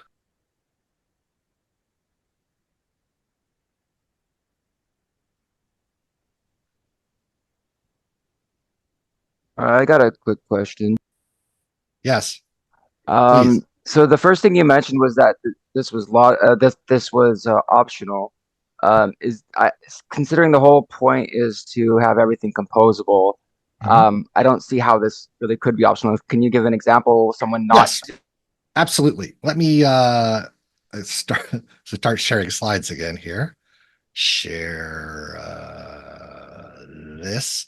I was going to talk to this, but I'll come back to this in a second and go back to the build that I had of the. Sorry. If you recall this build, which I'll try and get to the end of the build. Okay. So you're not sharing at the moment, at least. I'm not sharing. Okay, that explains. That explains. I'm sorry, I'm not too skilled at this. Share PowerPoint slideshow. No sound share. Great. Do you see that figure now? Yes. Okay. So we're trying to enable this ecosystem of reusable accelerated library binaries and reusable accelerator cores that are expressed as custom extensions, right?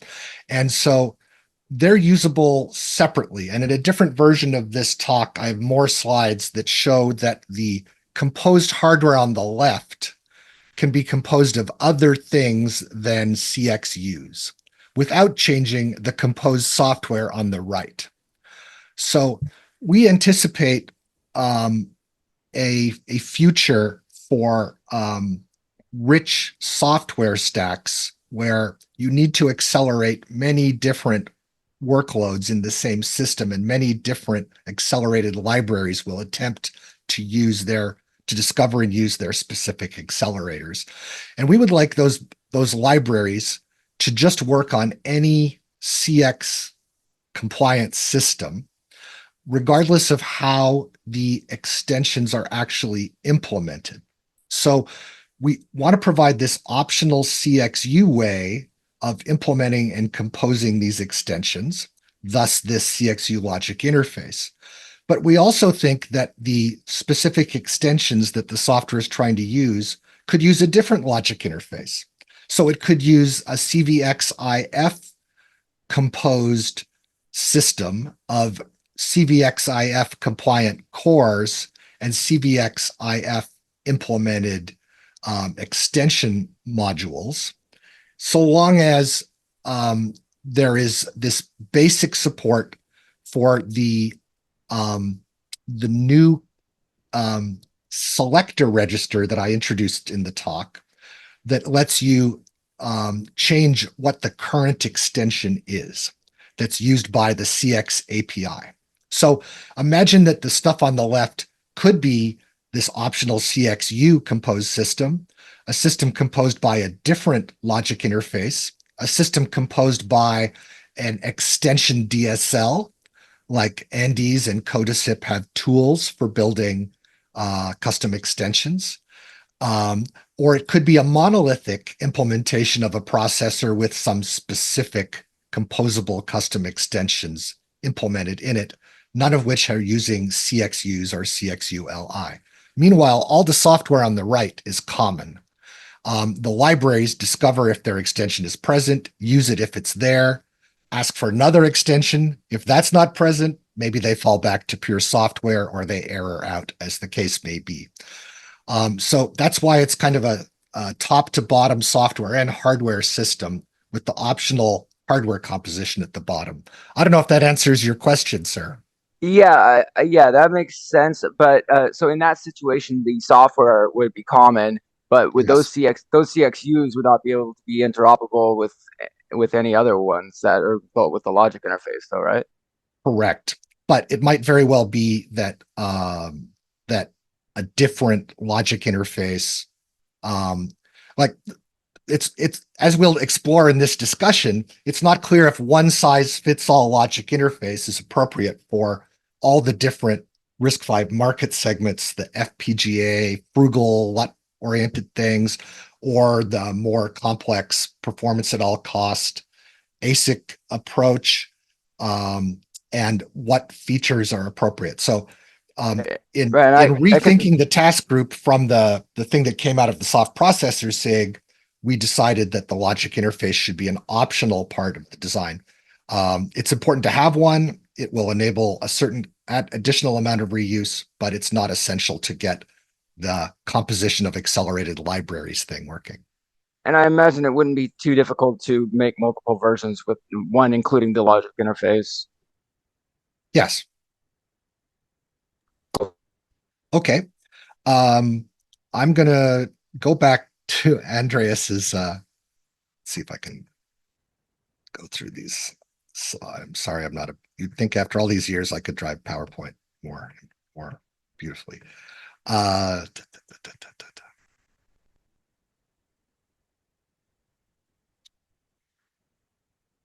Okay, there's in this new era, this post-Moore's law scaling age of accelerators, there's going to be tons of accelerators that we're going to want to be able to use in a system.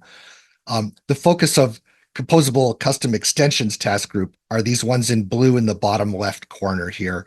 These that software manages through custom instructions, which tend to be low latency, synchronous to the software, synchronized to the instruction execution, and mostly keeps data in registers and takes advantage of that high bandwidth interface back to the processor. That's our, Andreas, that's our focus. It is possible to use these mechanisms to also do what I call standalone accelerators, or accelerators that work through memory, through submission queues and completion queues, etc. But particularly for the subset of custom extensions that we're trying to work to enable with composable custom extensions, which are not all custom extensions by any means, I think it is the coprocessor and tightly coupled accelerator that's our focus. The under 100 cycles of latency if possible. Pardon me? Thank you for clarifying. No problems. Okay, so when I thought about these different systems and the different choices that the implementers have made that follow from their requirements or their design tenets or whatever, I kind of came up with these questions on the left, which I think are interesting about the different choices that we made. So where does pipeline scheduling and hazard detection go in the design? But I think question 0 that Andreas raises is, how much of this is done at build time and how much of this is done at runtime, and where? But anyway, then a support for arbitrary or fixed custom instruction encoding. So CVXIF allows arbitrary custom instructions. We heard that RoC and CXU-LI limit to fixed ones. And I think it's fair to say that that SCAIE-V also allows arbitrary encodings.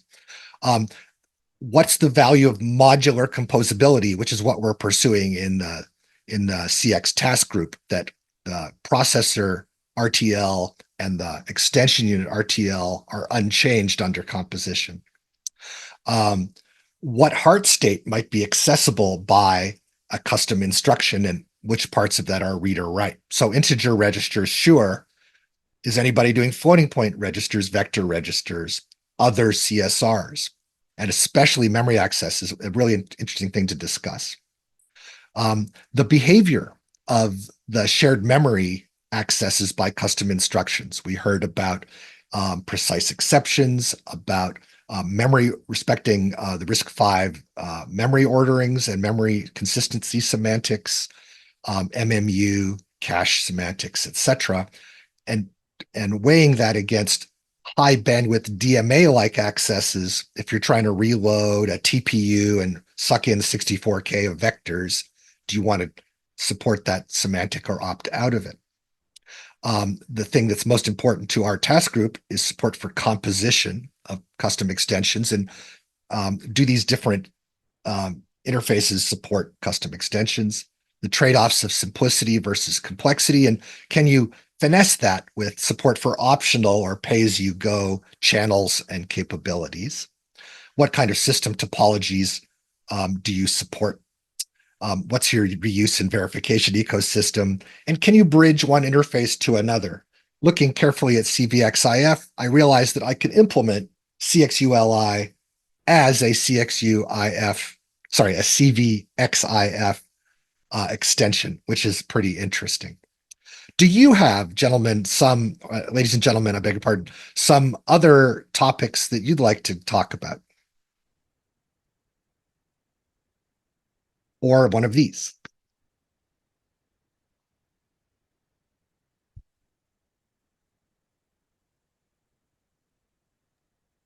Well, to jump in here as a possible next step, I think if we start to talk about this in this meeting, everyone will be bored to tears. But how about, Jan, you send this out as a questionnaire to the interested parties here. Everyone replies, and then in a follow-up meeting, or you prepare a survey results document that gives a comparison of all of these different things. Yes, I expect to write up I expect that this is going to be part of an outline of my takeaway from preparing for and thinking about this workshop, that the interesting advantages and challenges of the different approaches to these things. And I don't think it's possible to make everyone happy with one logic interface that is both completely flexible and completely simple, for example, for very austere cores. So yes, I do expect to write up a summary takeaway from the presentations and discussion. Yeah, but let us fill out the questionnaire. I think many presentations did not go into details on some of the points you raised and could not. This is a 20-minute talk. Exactly. How about you distribute this questionnaire to the presenters here, and we will write up for each of these questions 3-4 lines, a paragraph for you to collect. Well, I will invite. Yes, Guy? Sorry, I was just going to say, I think the goal is to try to have some quick turnaround dialogue about things. Yes. And at the same time, also, the details for the precise details in response to these questions are something like we might put in a comparison table in a survey paper of all the interfaces. And you know what? That sort of a comparison paper would be of interest to us. I don't know if anyone else would care about it, but yes. Certainly it is to us so that we can understand and appreciate the implications of each one. Because I have takeaways from every one of these presentations of, oh, that's a good point. Oh, that's a good point. Oh, that's a good point. And I think from putting my CX hat on, our goal with the CX is to make sure we say, in order to allow software to compose, we're going to need these features and capabilities provided to software. And by the way, it has some trickle-down implications down to the logic interface down here. And we don't have a good understanding of exactly what that is right now. It's a loose understanding, but we haven't formalized it and separated that out. And we don't know how much support is already there. So just as an example, Jan, do you have that diagram? Yeah. With the CPU core request response packet, how the packets are formed from the CSRs? Sure. Let's see. I've got several. You just passed it. You just passed it. No, that one. This one here. This is it. I hate this diagram, but it's essential. It's essential. It shows everything. But the request packet here, I think what's really important not that this is the logic interface, but ignoring the logic interface from a CX perspective, the essential parts here are that the CXU unit ID number and the state ID number is being sent with the request, because we want to issue an instruction and we want to target a specific accelerator and a specific state context in that accelerator. And we want to support multiple accelerators and multiple state contexts. And when I look at something like RoC, it doesn't have anything like that. And that's the simplest one, and I wouldn't expect it to have anything like that. But that's an example of something we absolutely have to add to RoC if we wanted to support CX. And then when we look at something like SCAIE-V, I'm like, wow, I'm overwhelmed. There's so many features in here, so many bells and whistles. This is amazing. I don't understand any of it. Maybe it supports this, maybe it doesn't. We need to understand where this would go and how it permeates through if we wanted to upgrade SCAIE-V to being able to support CX. And Andreas, I was really encouraged by you saying that that's something you wanted to look at, is the discovery mechanism. And this is part of that. This is the how you use the result of the discovery mechanism and how composition is really achieved. I'm going to use an analogy that Jan does not like. PCI Express slots, okay? Think of the CXUs here, these accelerators, as accelerator cards in your old style boxy PC. You insert it into a slot in your motherboard and you remove it. A custom instruction set, an extension, is basically an accelerator card that you put in your slot in your PC. Where you put that in your PC, which slot number you put it in, doesn't matter. Software works the same way, right? That's the mechanism we're trying to achieve here with CX, is that software doesn't care. It somehow, the hardware exposes it so that software can find it and use it anyways. I'll stop there.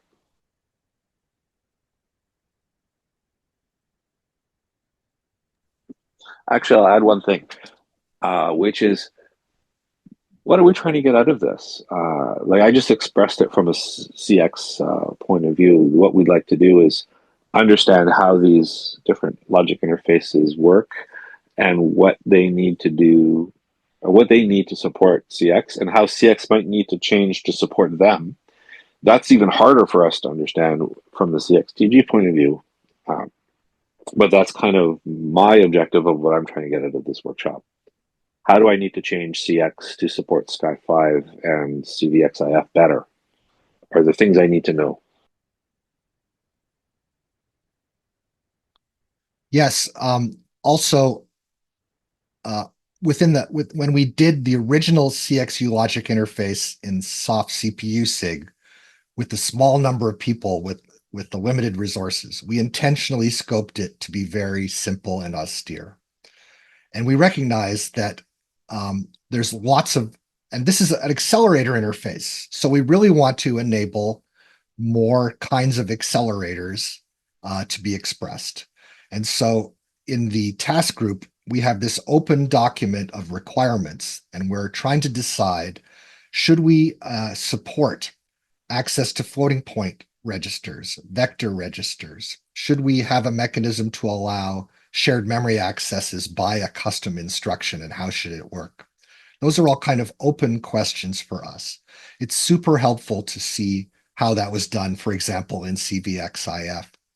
And it may be that CVXIF is a good basis for what we ought to be building the next, the CXU-LI of this task group. One thing I'm intrigued about is optionalness. And could you have a blend of CVXIF and CXU-LI that in its most simple is as simple as CXU level 0 or 1, but then has optional features that would add handshaking, that would add an optional memory channel, that would add potentially the ability to do arbitrary decode of arbitrary custom instructions, and figure out which fields cause source register reads back in the processor and so on? Or is that a bridge too far? is that generality that's provided in CVXIF more than we need for our objectives to build out a composable, a framework for composability? So I think that we'll have plenty of discussion about that as we refine our requirements and eventually turn to speccing stuff. Maybe one point from myself. So, Yes. I mean, as we're not going to discuss these questions and we're going to send them out, maybe we should discuss if the list of questions is complete. I don't know that, but I think maybe now is the time to think of any additional questions we might want to have. Well, each of these is potentially an enormous topic. So looking at number 5 on my slide here about the behavior of shared memory accesses, and then the implementation of that. You know, the approach you take, which I like, is that if the custom instruction wishes to perform shared memory accesses, it kind of proxies them back to the processor on a memory request channel, which the processor is then empowered to correctly order that with respect to other things in its load store unit, its memory semantics, its memory ordering, its caches, and so on, which is a different design point than RoC has, where it's up to the software and hardware together to have a lot of fences and get that right. One of the things we're trying to do with this composition system is achieve what we call is to define what is a composable extension and to allow it to behave so that it's dependably composable on any system that you use it. And so that requires that the composable custom extension doesn't have weird resource sharing behind the scenes so that its behavior changes when you drop it into a system alongside other composable extensions. And it also requires portable semantics, including portable memory access semantics, if we elect to provide memory accessibility as a property. So in my mind, the only way to get portability of shared memory is to adopt and embrace the RISC-V memory ordering specifications that are already in the spec, and to say that the custom instructions memory accesses happen just like all the other loads and stores that precede it and follow it. And a load in the custom instruction can observe immediately preceding store. A store in the custom instruction is observable by the immediately following regular load, and so on. But that's not the only way to design this. So anyway, that's an example of a big thorny design space, and how I think we'll have a perspective in the task group about how does this lead to dependable composition. And if it means that we give up some performance in pursuit of dependable composition, that would be okay with me. Other people may disagree. I think there was a question or a comment. Let me just see if I can see that.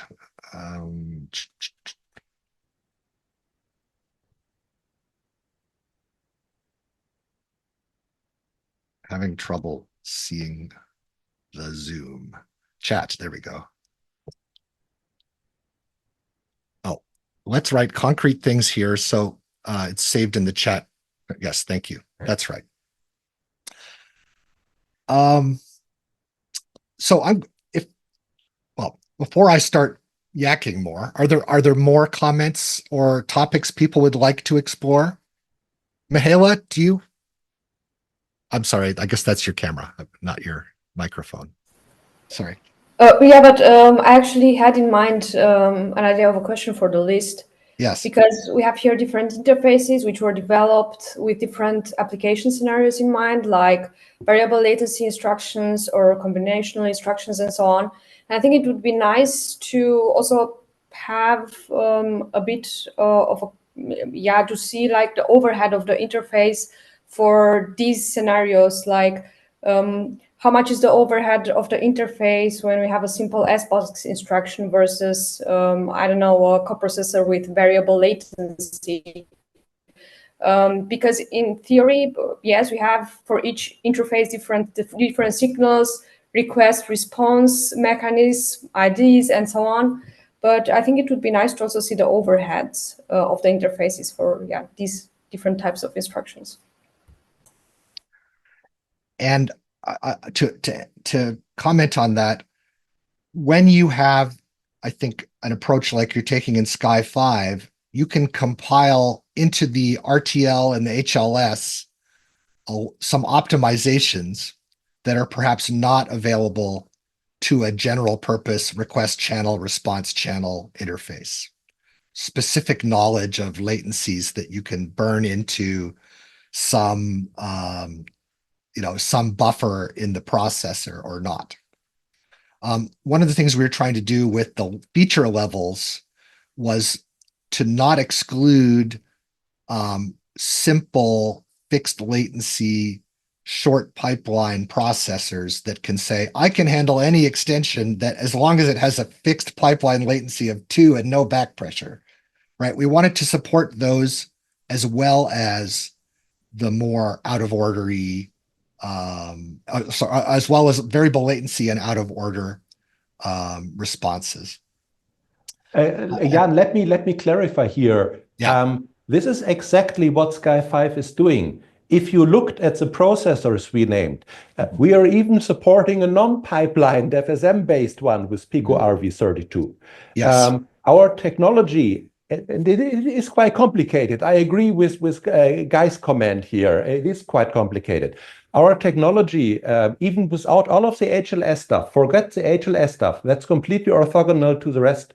But the technology with the tooling we have, we call it SCAIE-V tooling, which configures these different interfaces. It actively generates code, which configures these interfaces, which sets up the adaptation layer, allows us to do perfectly that. We can do with very low overhead. Remember the table that we showed with the overheads? Even if we have a very simple processor and a very simple instruction, our overheads, both in terms of area as well as in delay penalty, will be very, very short. We can do excessive things like attaching a relatively large square root unit to an extremely simple processor like Pico RV32. Of course, the square root unit will be larger than the entire processor is. All of these overheads will reduce, though, if we go to one of the more powerful processors like CVA5, CVA6, which are still in order, of course, but do have multiple issue or multiple parallel function units, even if they are only a single issue. So this might have gotten lost in the fireworks of features that Florian and I presented. SCAIE-V is set up for, and we have shown it can do it, very small, very simple processors, very simple ISA extensions to very complex ISA extensions, still interfacing to small processors, very complex ISA extensions and simple ISA extensions interfacing to mid-range processors. And the only thing we have not tackled yet, but it is on our menu, that we move to full out-of-order superscalar processors. So we have the full scalability in mind here. It's not as limited as you make it out to be. Oh, I didn't imply anything. I'm not trying to make that up. I just wanted to clarify. Right. I want to continue to explore on this optional or pay-as-you-go capabilities. So my recollection playing with CVX-IF this summer was that the various interfaces, you have the option of not using some of them, and thereby achieving, if you have a simple kind of extension, you wouldn't need, for example, the 16-bit pre-decoding. You wouldn't need the memory channels. And maybe even if you're not speculating, you might not even implement the commit or speculation control. Is that correct, Christian?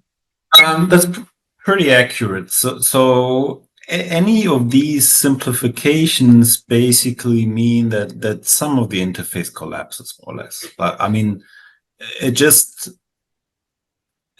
means that certain signals basically become meaningless.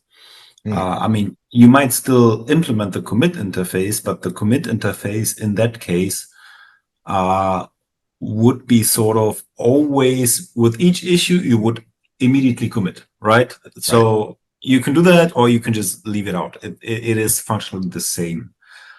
Similar, for example, there is these IDs carried around with each interface. I mean, if you're not doing anything funky, you don't even need those. If you only have a single heart, well, then the heart signal is constant. And so in that way, depending on the use case, things can get quite simple. I think at some point I made like a diagram of the most simple CVX interface, and it is nothing. It's basically you give the instruction and the registers, and then you get the result back. That's more or less what it boils down to.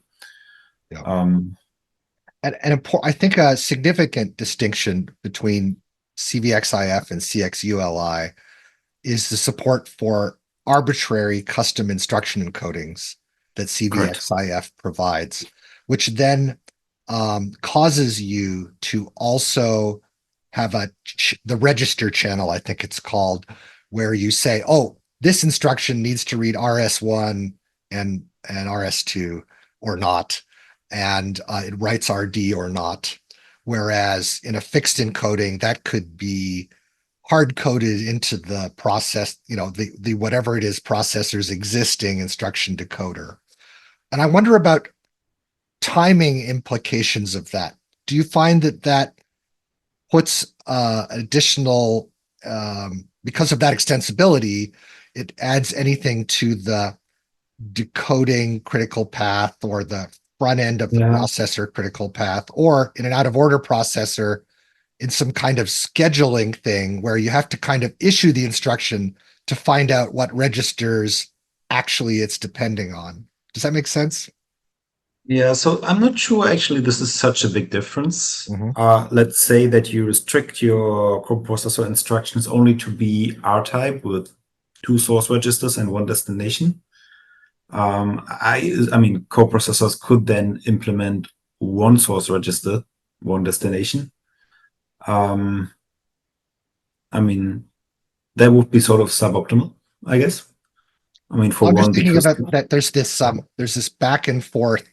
The processor says, what registers do you need? And the extension unit says, right. Well, let me finish my point. I mean, you might just have coprocessor instructions which only need 1 register. I mean, we also support 3 registers, etc., or register pairs. But that being left aside, so you could also configure this actually to not support the ternary operations and not have pairs. Then you only have 2 registers.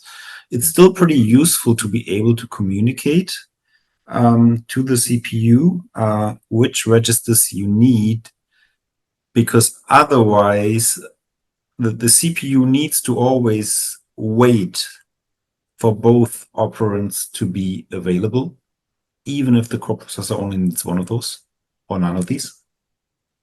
Yeah, unless you have that encoded as part of the fixed encoding. These are the 2 register ones, the 1 register one, the 0 register one, the floating point register one, the 2 floating point registers one, etc. Yeah, you can do that. Yeah. I mean, if you look at the background of CVX, if it's used to implement F extension, V extension, then you just can't enforce that, right? Yeah. But yeah, I mean, of course, if you can fix things in the CPU itself, I mean, it's simpler for timing. Clear? Yeah, one thing that Neos had that was really nice is it takes 3 bits of the instruction to indicate whether there's a dependence on RS1 or RS2 or RD. And so that's baked into the instruction coding exactly which registers it's going to use. I see. Christian, in an out-of-order front end, you have to know which fields of an instruction are registered dependencies because it's part of the scheduler. And is it not correct that CVXIF, you only discover that upon attempting to issue the instruction? Well, if you have the issue and the register interface, the issue interface is pretty much to inform the coprocessor of the instruction, and the coprocessor tells the CPU which registers it's going to use. Mm-hmm. But I mean, it doesn't start processing anything. That only happens after the register interface. So that's why it's actually pretty good to have that sort of split. You could imagine an out-of-order implementation that has that initial back and forth. Hey, what's this instruction? Tell me about it. Exactly. And comes back, oh, it needs RS1 and RS2. And then the out-of-order scheduler says, got it. And it sets up its scheduler hardware awaiting those two values to come from the renamed register completions when they come in. So that does make sense that would work in an out-of-order. Yeah, and I mean, it is not the best way to implement a processor. I mean, if you just bake everything into the main decoder, that will be better from timing. Yes. But having the coprocessor has some other benefits with respect to, okay, my core is already verified. I can just put the coprocessor to it. It's a bit division of labor, these sort of things. Like has organizational benefits also, besides FMAX. This is one of the features I like about CVXIF, but it's also one of the ones I hate. Let me explain. I one of my bullets here that I've been typing in, what are the implications of the interface on the ISA? This is exactly what I'm talking about. So in CVXIF, what I like is you kind of expose each pipeline layer to do something. And so what you could do is you could pre-decode the opcode and say, oh, this is an instruction I want to accept as a custom instruction. And by the way, I'm going to have a dependence on RS1 and put that back into the pipeline so that the scheduler can do the thing. Is that right? Am I assuming that right, Christian? Yep. Okay, so that makes it super flexible. Now, in the CXU design, we kind of wanted to avoid too many round trips into the CXU interface and back again. And we viewed that kind of a concept as a round trip where, hey, we might have arbitrary logic delays. This is going to impact the processor pipeline performance and the FMAX, and it's going to impact processor verification. And so we kind of wanted to try to avoid that kind of an implication. So we took a slightly different approach, and I'm not sure it's better, but we said, okay, we're going to have some predefined instruction formats like R-type and I-type. Well, we're going to have these for custom instructions as well, and we're going to have to somehow say, well, maybe custom 0 is always an R-type, and custom 1 is always an I-type, just as an example. And so that allows us to quickly pre-decode blocks of the ISA and treat them all homogeneously as R-type or as I-type. This is up for debate whether this is the right approach or not, or the CVXIF, or maybe there's something better in between. I don't know. Yeah, I mean, if you get it right and it works, I mean, taking aside any vector unit or floating point unit also, I mean, then it works. But at some point, you end up the sort of in the encoding carrying which type of instruction it is. You will start carrying which of the source registers is being used, whether it writes back. Then maybe you need to start carrying the information of whether you use register pairs. And I think the list goes on. And at some point, you just burn a ton of encoding space for that. For example, you may have to differentiate between X and floating point registers if you add that, or vector registers. And I mean, it's for simple cases, it works. Just having a generic solution is difficult. And I mean, we also struggled with that. I mean, the truly generic solution is that the coprocessor just extracts which registers it needs and at what, maybe even at what bit positions they are, whatever. something.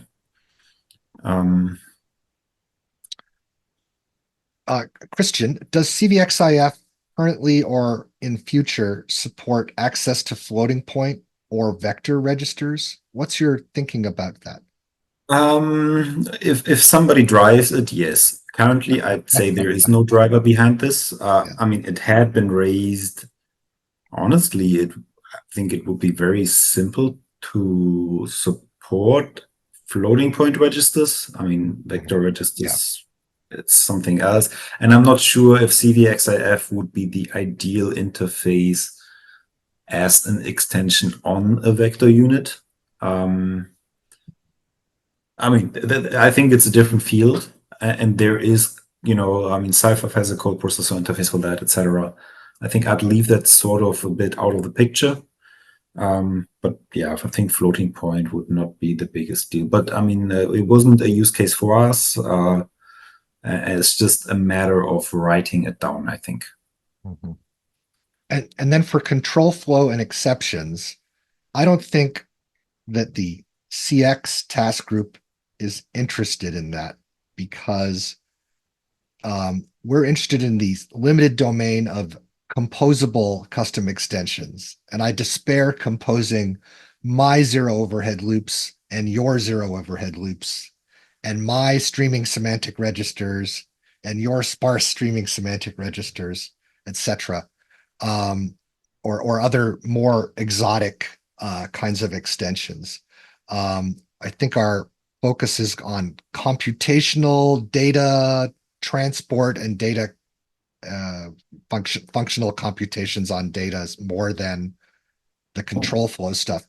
I know that has potentially a lot of upside, right? Like the zero overhead loop stuff that's in Snitch or in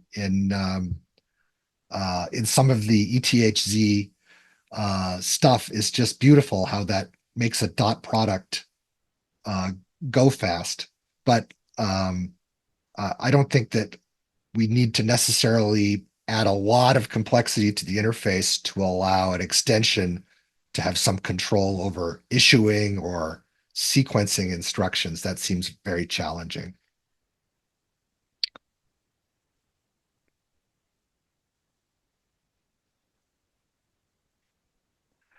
Are there any comments from anybody who hasn't spoken yet?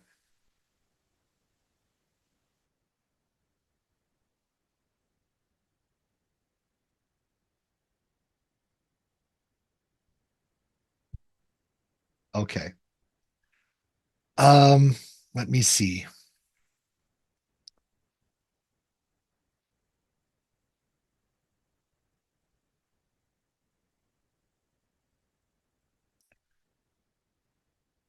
So ROC supported with ReRoC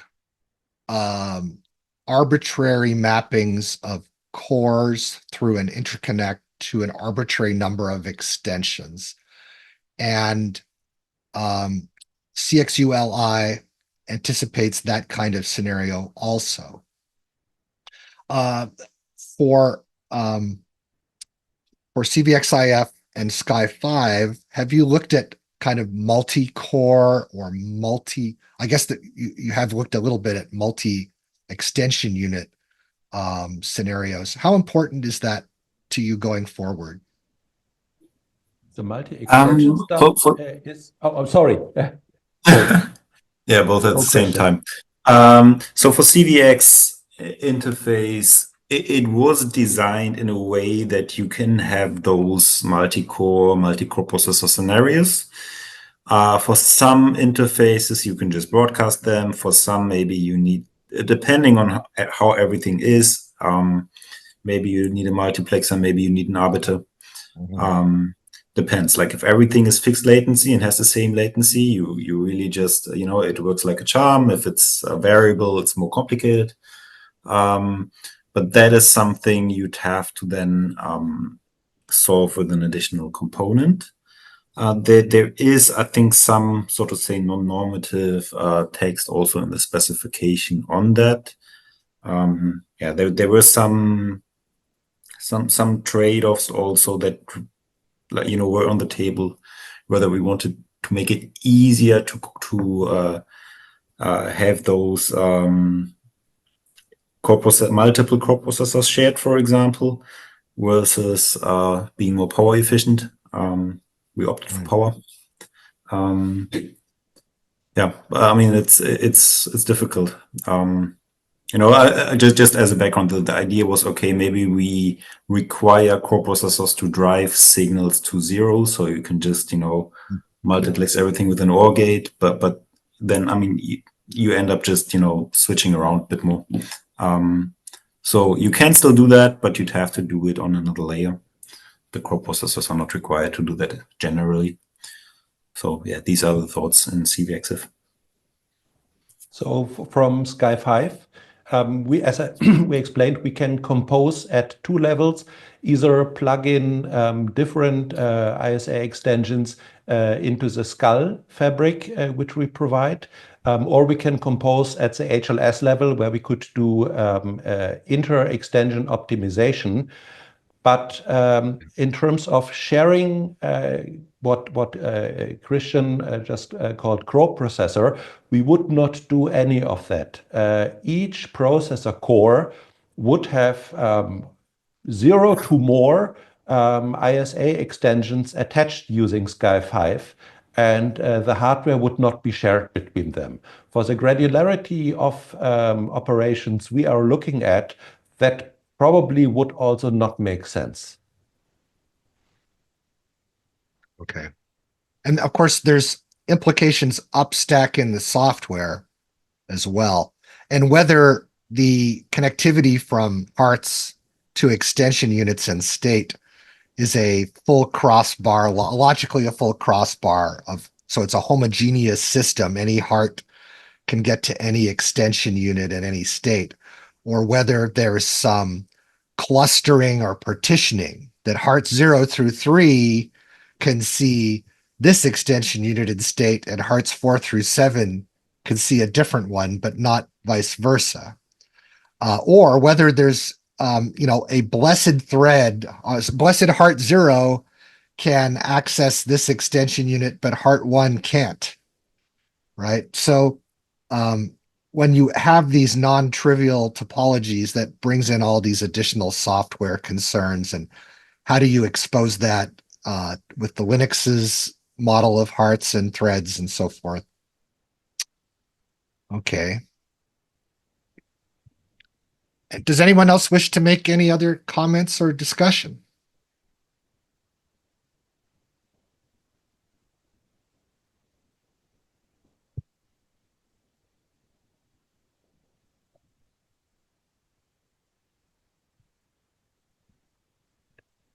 All right. I think we can wrap up a bit early. So thank you all very much for participating today. So today we discussed these 4 different systems with different requirements, design tenets, trade-offs, and ecosystems. I think we nevertheless have common interests, and we're servicing kind of a common vision. And I hope we can continue to dialogue on this and work together to advance RISC-V as the best ISA for custom computing. And we'd love to have you join us to advance CXU-LI and the rest of the Composable Custom Extensions framework. So here are the links to our Confluence site and our mailing list if you'd like to join us, lurk, come to the meetings, or help us draft the requirements and the specs. So something I'd like to add. Yes, please, Guy. So this workshop's been great. Thank you for organizing this, Jan. I think it's been great to see all these interfaces back to back and to talk to the VIPs who have contributed to them and used them and have perspectives on them. What I'd like to see is more interaction going forward. And so one question is can we have a quick mailing list that we could just reach each other on an ongoing basis? Does this need to become an actual SIG in RISC-V? I don't want to create yet another SIG. I think there's too many meetings, yada, yada, yada. but how could we get like an official RISC-V mailing list without the SIG attached, kind of a thing? And in order to avoid creating a SIG, can I ask everybody to please join and participate in the CXTG in order to help push that along to represent your interests, your interface's interests, and make sure that the CXTG accommodates them? But Yes, it's still like a please. subset mailing list for us to exchange ideas. We could have put a hashtag on the subject matter that says hashtag LI or logic interface or something, I guess. Yes, please do join us, at least lurk and see what we're talking about in this area, and hopefully participate. Thanks everyone for coming. Particularly thanks to our guest speakers, Jerry, Christian, and Andreas, who made this workshop possible. Thank you, guys. I'll be following up with some mail to the task group list and to I don't know if we've captured all the participants, but hopefully we can rendezvous and share the write-up from the workshop. All right. Have a good day, everyone. Thank you very much. Many thanks for organizing. and have a great day. Bye. Bye-bye.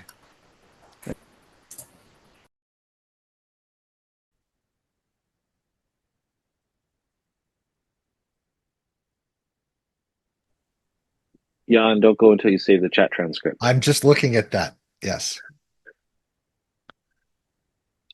I haven't actually been looking at the chat transcript at all, to my detriment. So let's see here. I'm going to stop recording.